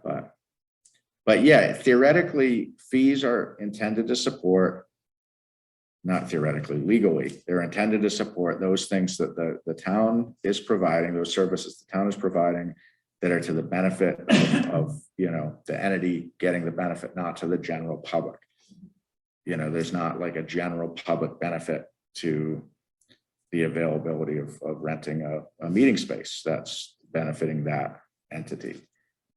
So theoretically, their fee should be offset, should be absorbing that expense.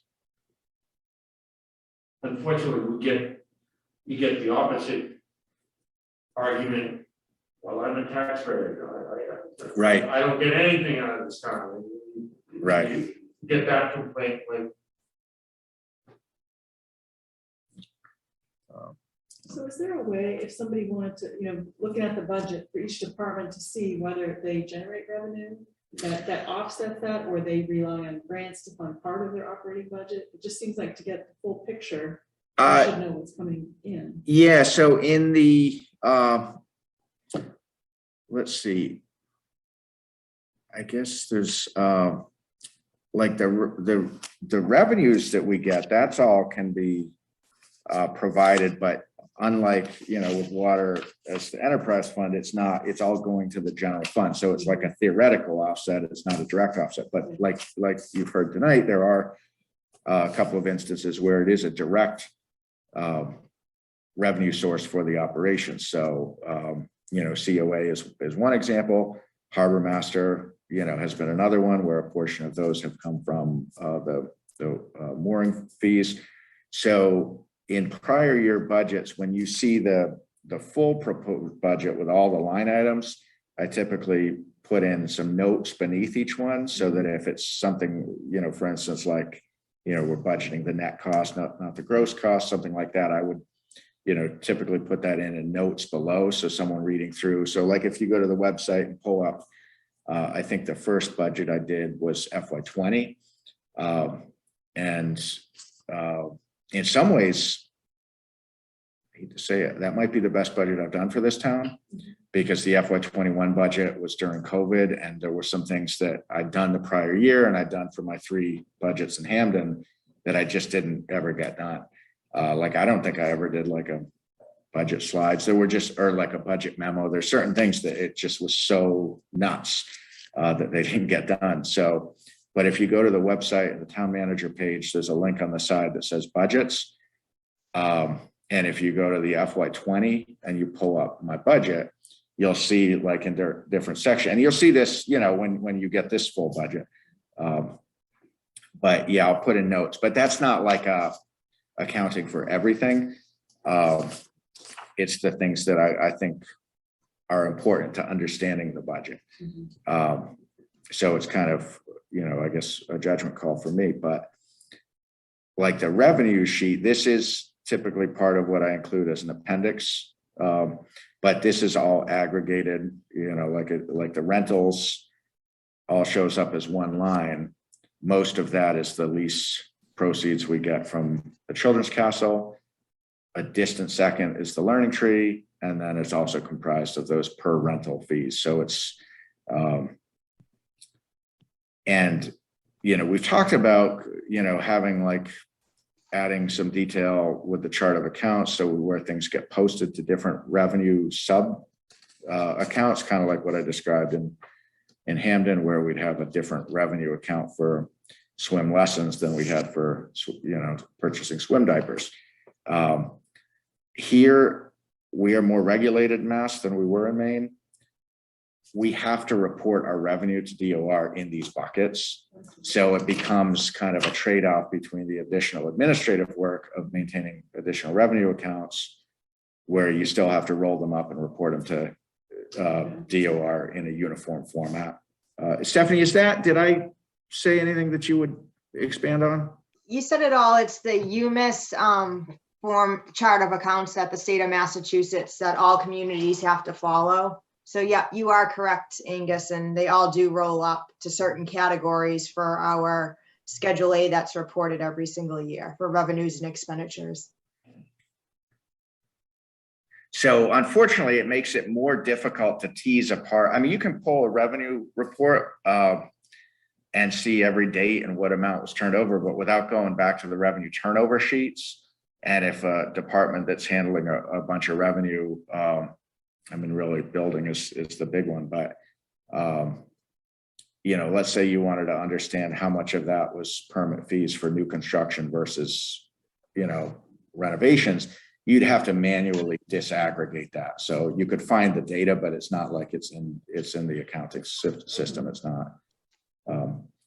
But I do, I look at these and I certainly, some of these, it's kind of a, there's a mix of a number of different things that would be kind of interesting to see, like how it breaks down. But we have a less complicated account structure on the revenue accounts than obviously on the expense. We just have a relative handful. But even these are aggregated. Our chart of accounts is a finer grain than this. Yeah. So.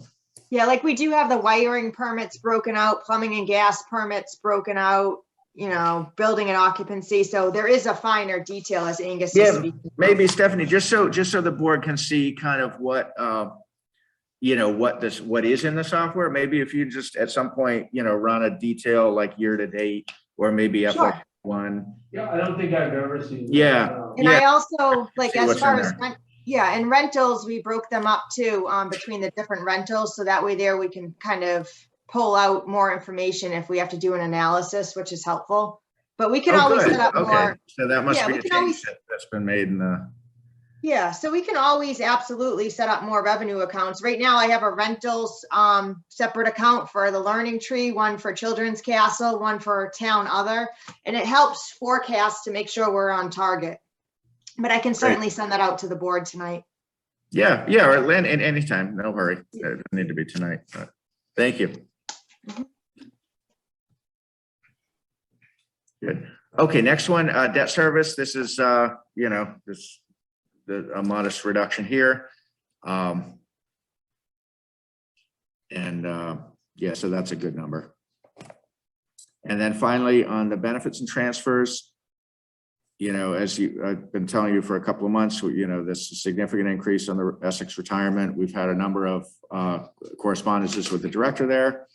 And we do have him lined up to come to either the 14th or the 28th. So I'll work with Rick on when that fits better in terms of based on what else is on the agenda. It could be either.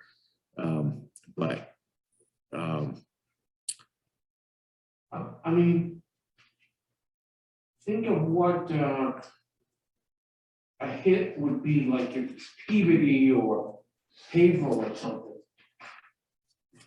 We're just a tiny little town, but another. I don't think communities like Newbury are actually in the system. Well, but there are communities that are, let's see, what's a bigger percentage here? Like North Andover is 15.6% of the overall assessment. We're 1.95% of the overall Essex. But so. Ipswich is 10.5%. Georgetown is 5.1%. Linfield 7.75%. They could get an increase of 700,000. That's huge. Yeah, but it's also, remember what we talked about, I think the last time of, it basically lags 1 year because it's based on your payroll, your audited payroll for the most recent calendar year. So our FY23 assessment that we got in December is for calendar year 2020. Right. So what that means is when you add a new position, wait, is that right, Stephanie, or did I say that wrong? Does that make sense?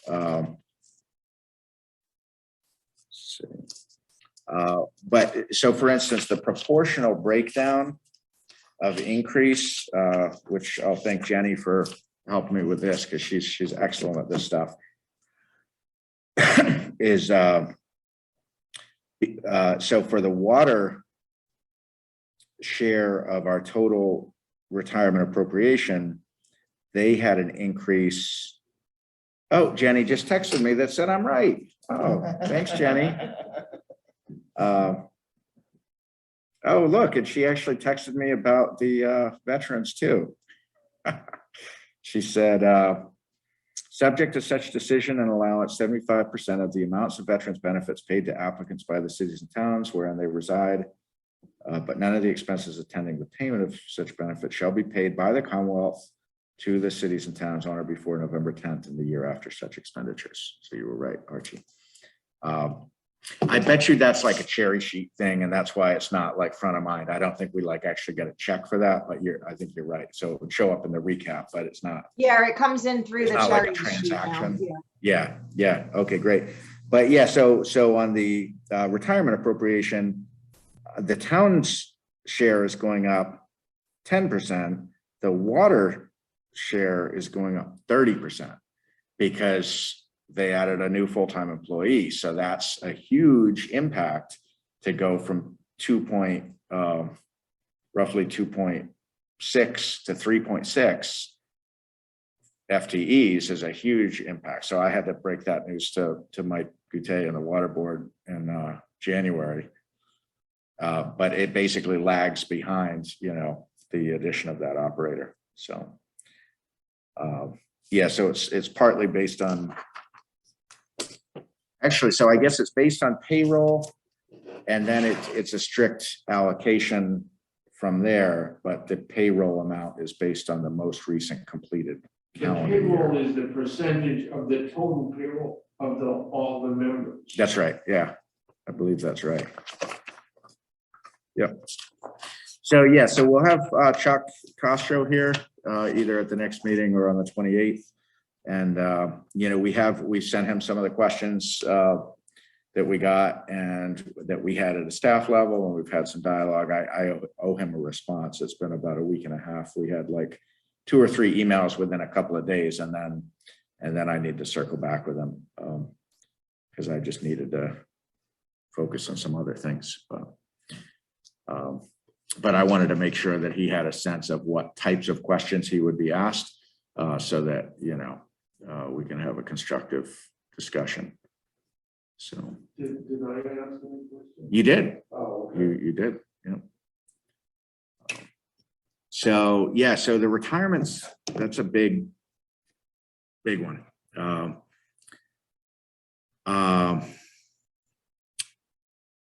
Health insurance, we talked about a little bit. That's based on an assumed 3.7% increase in premiums. That is not a final number, but the Maya board voted a range of 0 to 7.5% would be the max, and with an average of 3.7.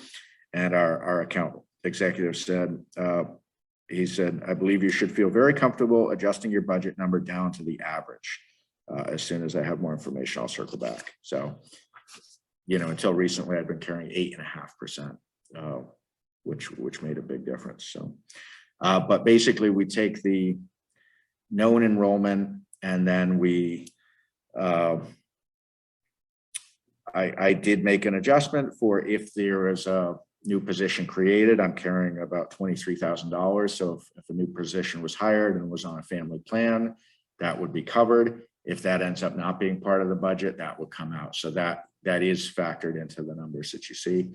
And then I also carry for an adjustment in the case of 2 employees switching from individual to family. So let's say on July 1st, 2 employees switch from individual to family. I take the difference of the 2 and do that. It's just kind of a, guesstimate. So if someone comes on mid-year, anyhow, but so basically you add that together, and of the amount that you see, what's that, $53,000 is basically contingency.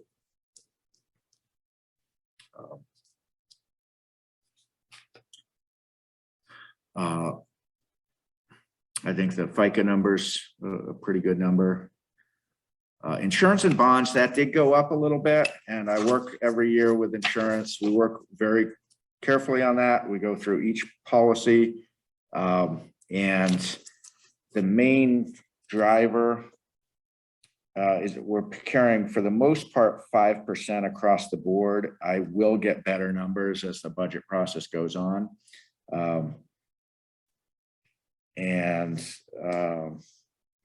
We're also carrying about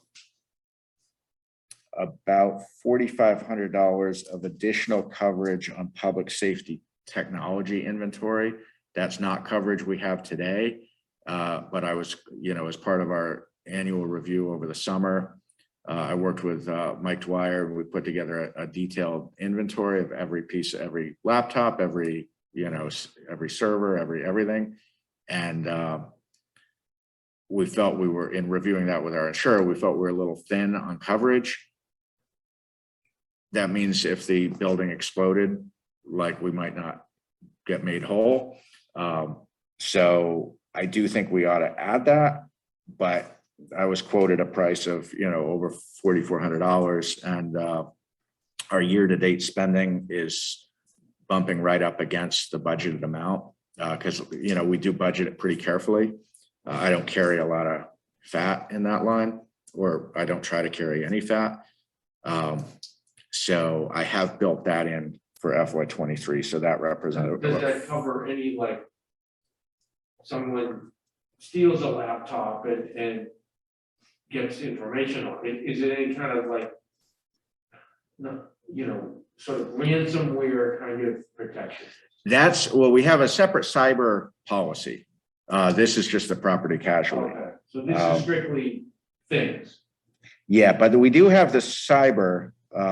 Yeah, that's above my pay grade. I don't know. I think we're covered, but I don't. I wouldn't. Don't say anything.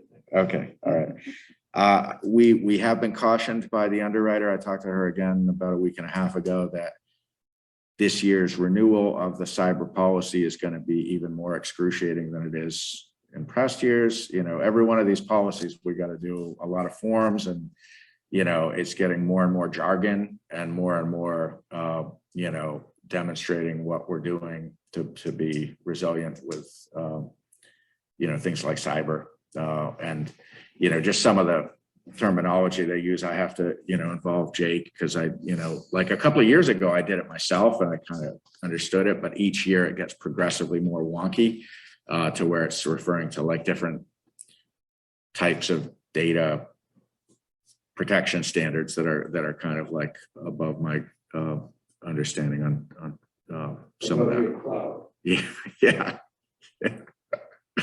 Thing is, who covers the water department big assets? The water department does. The water department. Yeah, Okay. yeah. So that's a challenge every year because, you know, Mike always comes to me right around this time of year and says, "What's my insurance, you know, amount for next year?" I don't know. You know, I carry a budget number, but until we actually get our policy renewals, we don't know the exact number. And we don't know how it breaks down, because that's a very. Does it actually say water tower this side down, right? They have to basically disaggregate the policy premium so that it is proportionally allocated between general fund assets and water fund assets, as well as workers' comp. Those are all kind of That's disaggregated, easier. but they don't do that until, you know, typically I get, you know, when I have to reach out to them to ask the memo, they don't like, insurance doesn't send it to us. We have to, you know, ask them to do it, and sometimes follow up a couple of times to get it. So I don't get that number till like July or August. So that means I have to give Mike my best guess. So I think what I've done in the past is I've looked at what have been the prior year's total costs, what share of that has been the water, and I just apply that percentage and give it to him as a budget number, but I don't have the exact number and I don't get it till summer. But every time there's like, you know, because Mike looks to me to provide numbers on debt, numbers on health insurance, and numbers on property and casualty. And debt I can do, health insurance I can do, but property casualty is always kind of my best guess. Well, I just figured with the new water tower, for example, it's a brand new. Yep. Asset. Yeah, that'll be borne by the water. No, but yeah. I would think it would be the other tower had to be valued at a lot less. That's yeah. That's, so, and then you can see, oh boy, this is what happens when I rush. The COLA, I had put in a separate line because in an earlier draft, I hadn't carried COLA, but then earlier today, I went ahead and updated my personal, because here's the challenge. One of the challenges I face in doing a budget is in the budget direction I sent out, I always say, don't carry COLA. Just, you know, we'll do that because it just, to me, it makes a lot more sense to have that done on a centralized basis.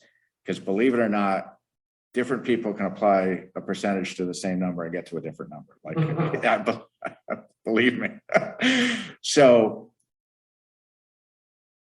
but then when I was working to finalize this presentation for tonight, I was going through some of the initial proposed budgets.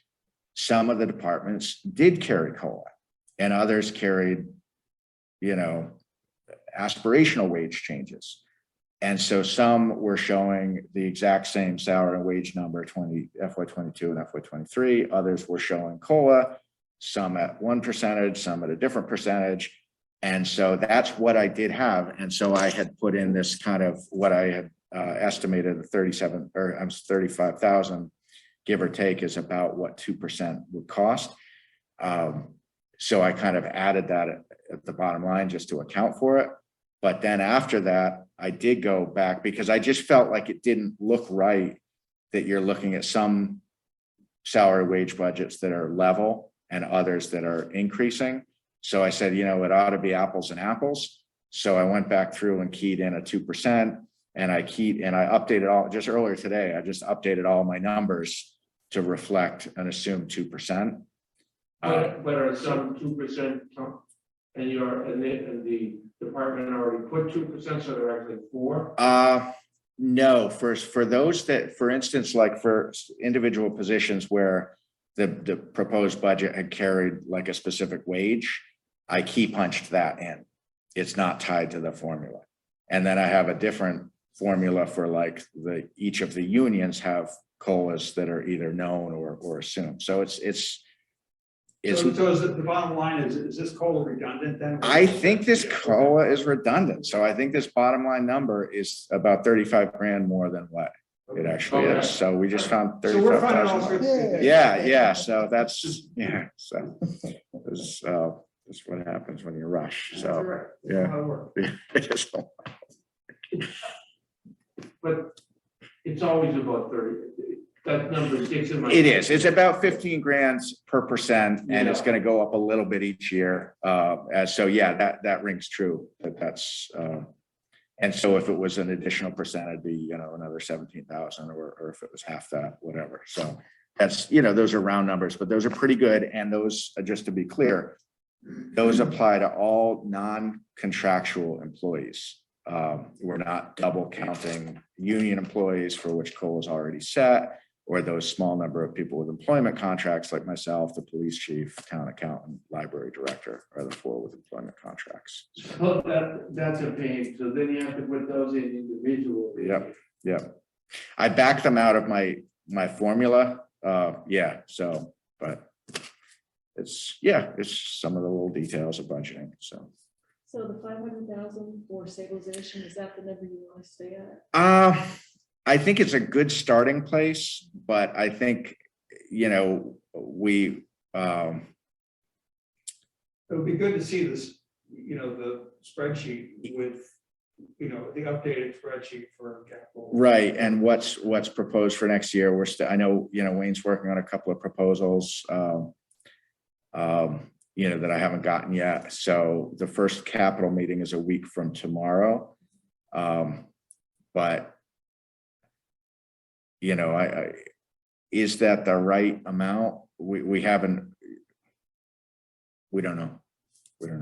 So, I mean, it should be based on anticipated needs. Over 10 Yeah, years. basically it should be based on, you know, a 10-year capital program, and knowing that in each of the 10 years, you're going to have the money that you need for the projects. And what I think, you know, we've talked about some, but I don't know how much we've talked about it in the time since you've been on the board, is that you know, we've done I think, you know, we've made great strides on building out the projects in the capital program to where it's more complete, where there's always more things that we think of that we're adding, or things like the page, you know, pipe stave safety audit that will lead to some better numbers. So we're constantly refining it, but it's a much more complete project list and much more transparent than it was a few years ago. What we, I think that the 2 things that it really needs a fair amount of work still, one is to better space those out over the 10 or more years, because if you look at it on the CIC website, you'll see it's really front loaded. And I think that's a function of, you know, that's what the department had said. You know, that might have been what Mike said, or what Mike Dwyer said on a fire truck, or what Wayne said on this need of, you know. But the natural capital budgeting process, things get spaced out because you just can't take on all those expenses each year, even if they're needed. It's kind of like you have to deal with the most brightly burning fires. But if you look at the capital program, there's certain fiscal years where it's showing like $2 million, and others where it's showing $300,000, like kind of leveling that out. but you can imagine that's that's like a very kind of iterative process. And when you're dealing with not just, it's not like, me and Wayne and Mike Goutte and Mike Dwyer, who are really kind of the main departments on capital. It's not like we can sit around a conference table and just move things around. Like it's the boards, especially like the water board and things like that, that think to make those adjustments. It just takes more time. And so we haven't had time to do that. And then the second thing that we need to do that we've been talking about for 2 years is doing a better job on the revenue side of if we put in 500,000, is that the equilibrium number, or is it something more or less than that? And that gets, to do that properly takes more time, because you also want to make some projections of non-stabilization revenues, whether that's, potentially projects that could be carved off and done with CPA funding, like, the playground, or whether that's, federal, state or federal grant monies that you could make reasonable projections may become available that aren't going to need to be paid out of stabilization. So I've described it to the capital committee as kind of a development pro forma with your sources and your uses. And I think we've done a good job on the uses, but we need to do some work on the sources. And it's, if I had 30 or 40 hours and nothing to do, I could do it. I've done it before. I did it up north, but I've been talking about it for, 2 years and I just haven't had the time, unfortunately. So, if over the course of the capital process, we start to feel like 500,000 might be, maybe we could afford to do 400,000 next year. There's your revenue. Like that's 6 years from now, they may look back and say, we dropped the ball by under budgeting it, but it would be I'm proud of the fact that we've done the 500,000, the 3 budgets I've done. I think that's great. It's put us on a good path. But we don't know that that's the exact right number that it needs to be. So I talked about this earlier, but and I just have a couple more slides. But the school funding model, that's something we developed over the years. That's where that 397,325 comes from. That would rely on a warrant article to transfer that amount from school stabilization to offset the taxpayer impact at that rate of drawdown. And assuming no new additions of funds into this fund, the same amount could be appropriated for each of FY 23, 24, and 25, but that would only leave about 68,000 left for FY 26. So that's basically our burn rate, if you will, on the school stabilization funds. So that's something that you'll make that decision. Ultimately, the voters will, but you'll make a decision of how much you want to But that is propose. something we're going to talk about. Because Right. There's going to be a big step when we get to the end of that. That's right. And do we want to soften that step and spread it out over more years, or what makes sense? That's right. That's exactly right. Yeah. Yeah. And every single year we have the conversation, and every single year we say, this is a multi-year model and it shows this, but in reality, each year, the respective boards and ultimately town meeting voters will make the decision of how much they want to appropriate. So we can sit here in FY 2021 all we want, or back in FY 20 when I first got started, and say, oh, we're going to do this and this and this. But each year, just in the natural course of the legislative process, each board is going to decide what it wants to propose. And so this is the model that, Archie, you've seen many times, Rick's seen a few times. I don't know if you've seen it, but I want back just to put it in here, but it's basically, we did that based on, basically the board at that time said, I think they said they wanted to extend over either like 6 years or 6 to 7 years. And so we figured out what's the amount that you could kind of draw down. And back when we started, we were being more literal about the intent of this fund in the first place, which was to take the retired debt and put it into there. Yeah. And then you probably recall there was the 1 year where we put funds in and took funds out in the same cycle, which did follow the logic, but it became very confusing for people and everyone agreed it was not worth so an earlier model of this showed those continuing monies in, monies out, and it actually had it going over the whole life of the debt, but everyone agreed it's like you're just taking money out of one pocket and putting it in the other. So it was just more of a academic exercise. So we stopped doing that. So Wendy, the thinking was that people that say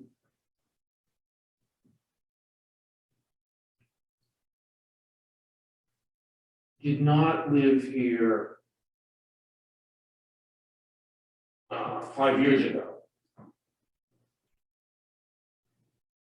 If the thing was extended for the whole length of the bonding period, for example, so obviously smaller amount, but it was extended for the whole length of they would be getting a benefit for several years where they didn't pay they didn't pay in ahead of the actual, in other words, the money was put in before the school was built. Yeah, they'd be getting benefit for payments in advance by the people. Exactly, and people that moved out, Would get nothing for they paid a whole bunch of extra money and got nothing in it. So the sort of the compromise was, okay, 6 or 7 years, it's sort of like, it can't be everyone got all the benefit in the first year, so we spaced it out a reasonable, I don't know, sort of that amount of time. But that was the thinking. If it was spaced out all the way, then people that either moved away or they passed away or whatever, they've been putting in and literally they were paying extra taxes for something that they got no benefit on, and the building didn't even exist at that point. So that was the thinking of why not to do it the whole length of the thing. That was the idea. Yeah, and it ended up being a really modest amount. It was something like under $50,000 a year over 30 years, which isn't even hardly noticeable. So I think the board at that time said, the people who paid into it should get a meaningful reduction of their taxes for as long as we can. But everyone understood that at some point you kind of fall off the cliff. So this board or next year's board could make a decision to reduce that 397 and try to, like you said, kind of like ease the landing. But there will come a time before too long, it could be as early as 3 budget years from now when it's fully on the tax rate. Yeah, but the other thing is as with anything, borrowing if there's considerable inflation, 397 3 years ago is not the same as 397 5 years in the future. Maybe it's 300. So there's also that, and there's theoretically a bigger tax base in the future too.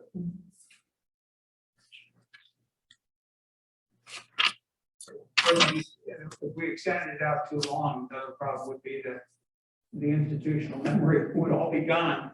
We'd get to the very end and nobody would understand what in the world we were doing. There would have to be a tutorial for every town meeting. Okay, and then, I didn't want to close without touching on this issue that we talk about every year, as we should, as the whole issue of free cash transfers to reduce the tax rate. It's a totally legitimate thing to do, specifically contemplated in the DOR recap model. But it's a central issue in estimating the bottom line taxpayer impact. There has been a trend toward increasing free cash transfers. You can see here the first one in kind of the modern era was FY17, but since then it has been an annual thing. The 1 year that you see a 0 in FY21 was there was a draw of 220,000 that had accrued in the overlay surplus. So even though it wasn't free cash per se, it had the same effect. So that's why I give the kind of average both with and without that. I think the average with that overlay is probably is a better number to use. So about 216,000. How's So our overlay this year? Is there any money in there? there's enough money, but there's not like a big surplus. It had kind of grown over the years leading up to I think it was something FY21. like 5 years or so since it had been. Yeah. Zeroed out. right? Yeah, but so Department of Revenue recommends maintaining 5% of your operating budget in free cash. I think it says 5 to 8%.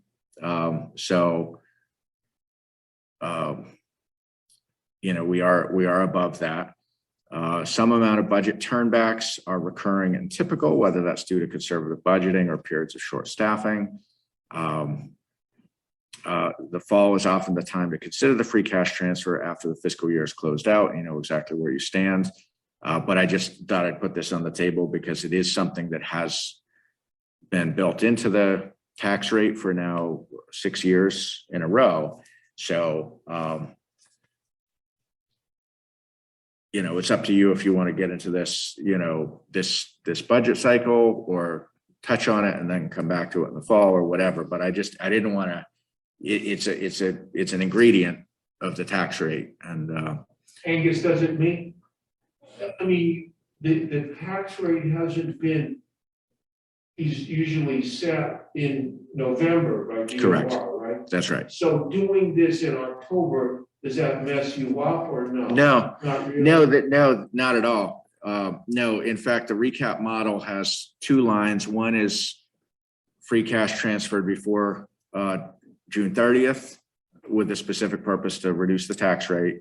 And the other is free cash transferred after July 1st with a specific purpose of reducing the tax rate. So Okay, you so do it either. isn't like a heck of a lot more work or something? No, not at all. No, but if, what we typically do in parallel with the budget process is we build out that recap model this, typically in February and March. Even though we don't actually have firm numbers on assessed values and new growth and so forth until early to mid fall. We build out the model based on assumptions, and that gives us a pretty good understanding of what we think the tax rate's going to be and whether we carry a free cash transfer or not, makes a difference. And you can see pretty much, pretty precisely what that transfer does to the estimated tax rate, which is going to vary year to year depending on a number of factors. So that's something that you can, it is, I think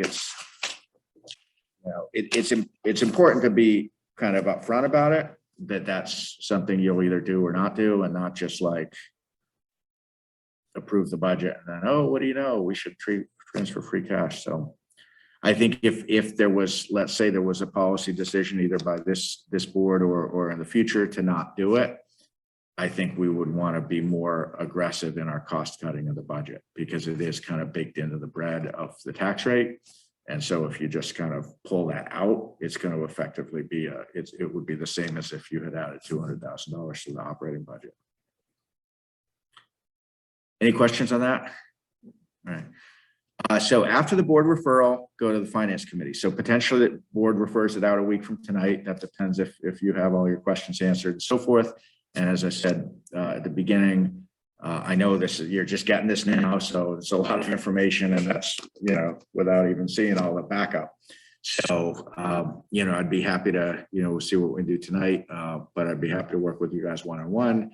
But I want to bring something forward, ideally a week from tonight, that I feel like the majority and ideally all three of you are supportive of. It will change through the FinCom process, just like it always does, but we want to put our best foot forward, make sure we're putting something forward that we all feel good about. The finance committee meetings, those dates have been set, March 1, March 15, March 22, and 29. Typically 4 meetings have been enough, but we all, if it goes to a 5th, that's fine. But that's the schedule. I talked to Gary earlier today.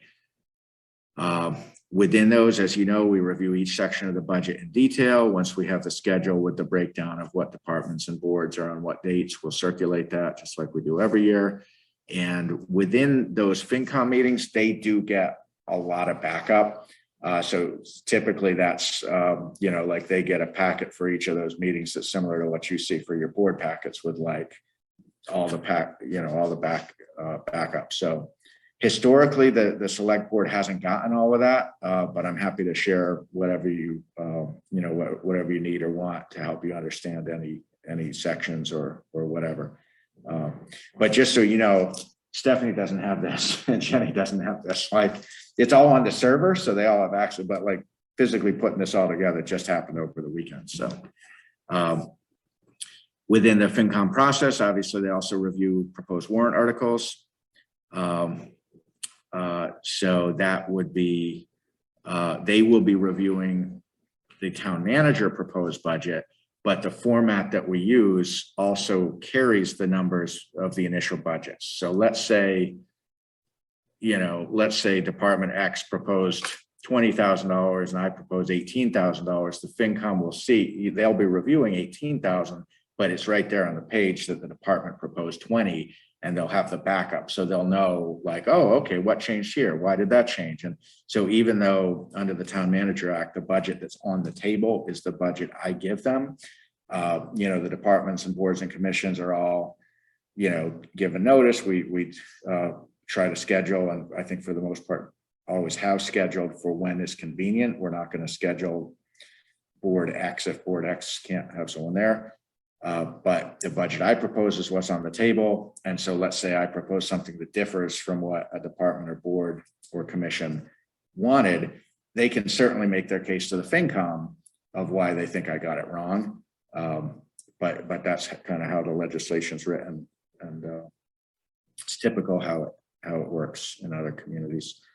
It's different than how it used to work in the pre-town manager era, when the boards, commissions, and departments were presenting their budget to the FinCom. It's different. It is one budget. It's not 27 different budgets.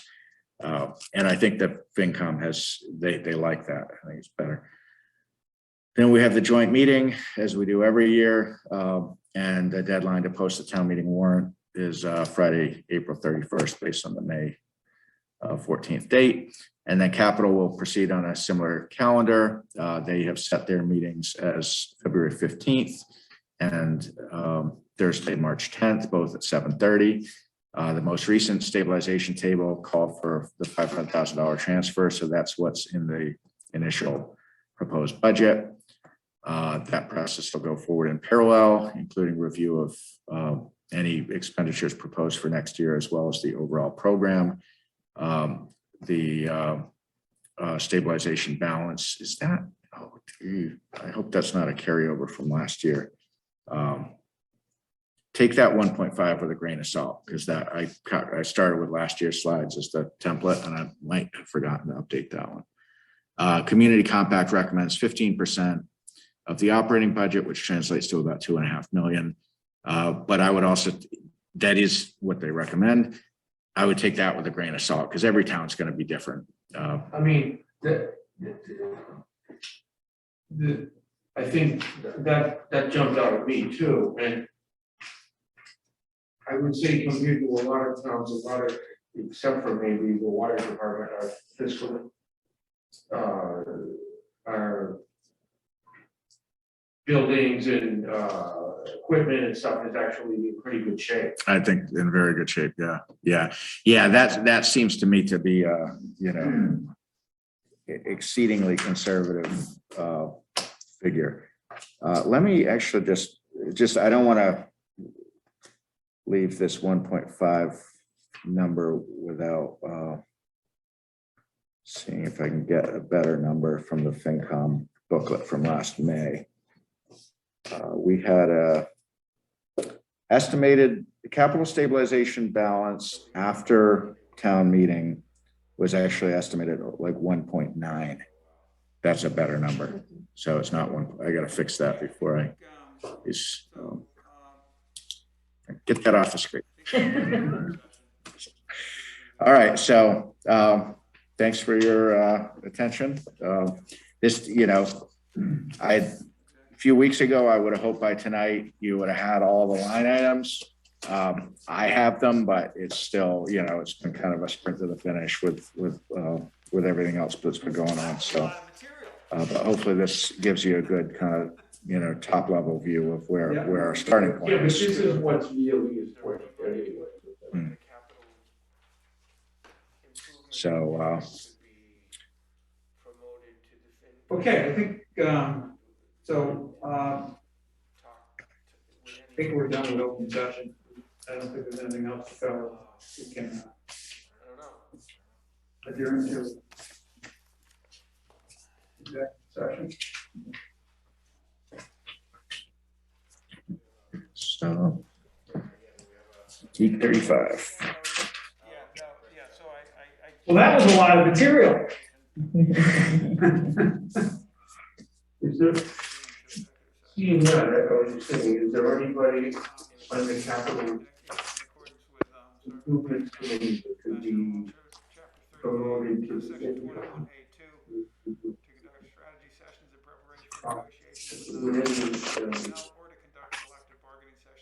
I don't know. I don't I don't know. know. I don't know. All in favor? Archibald, aye. Parker,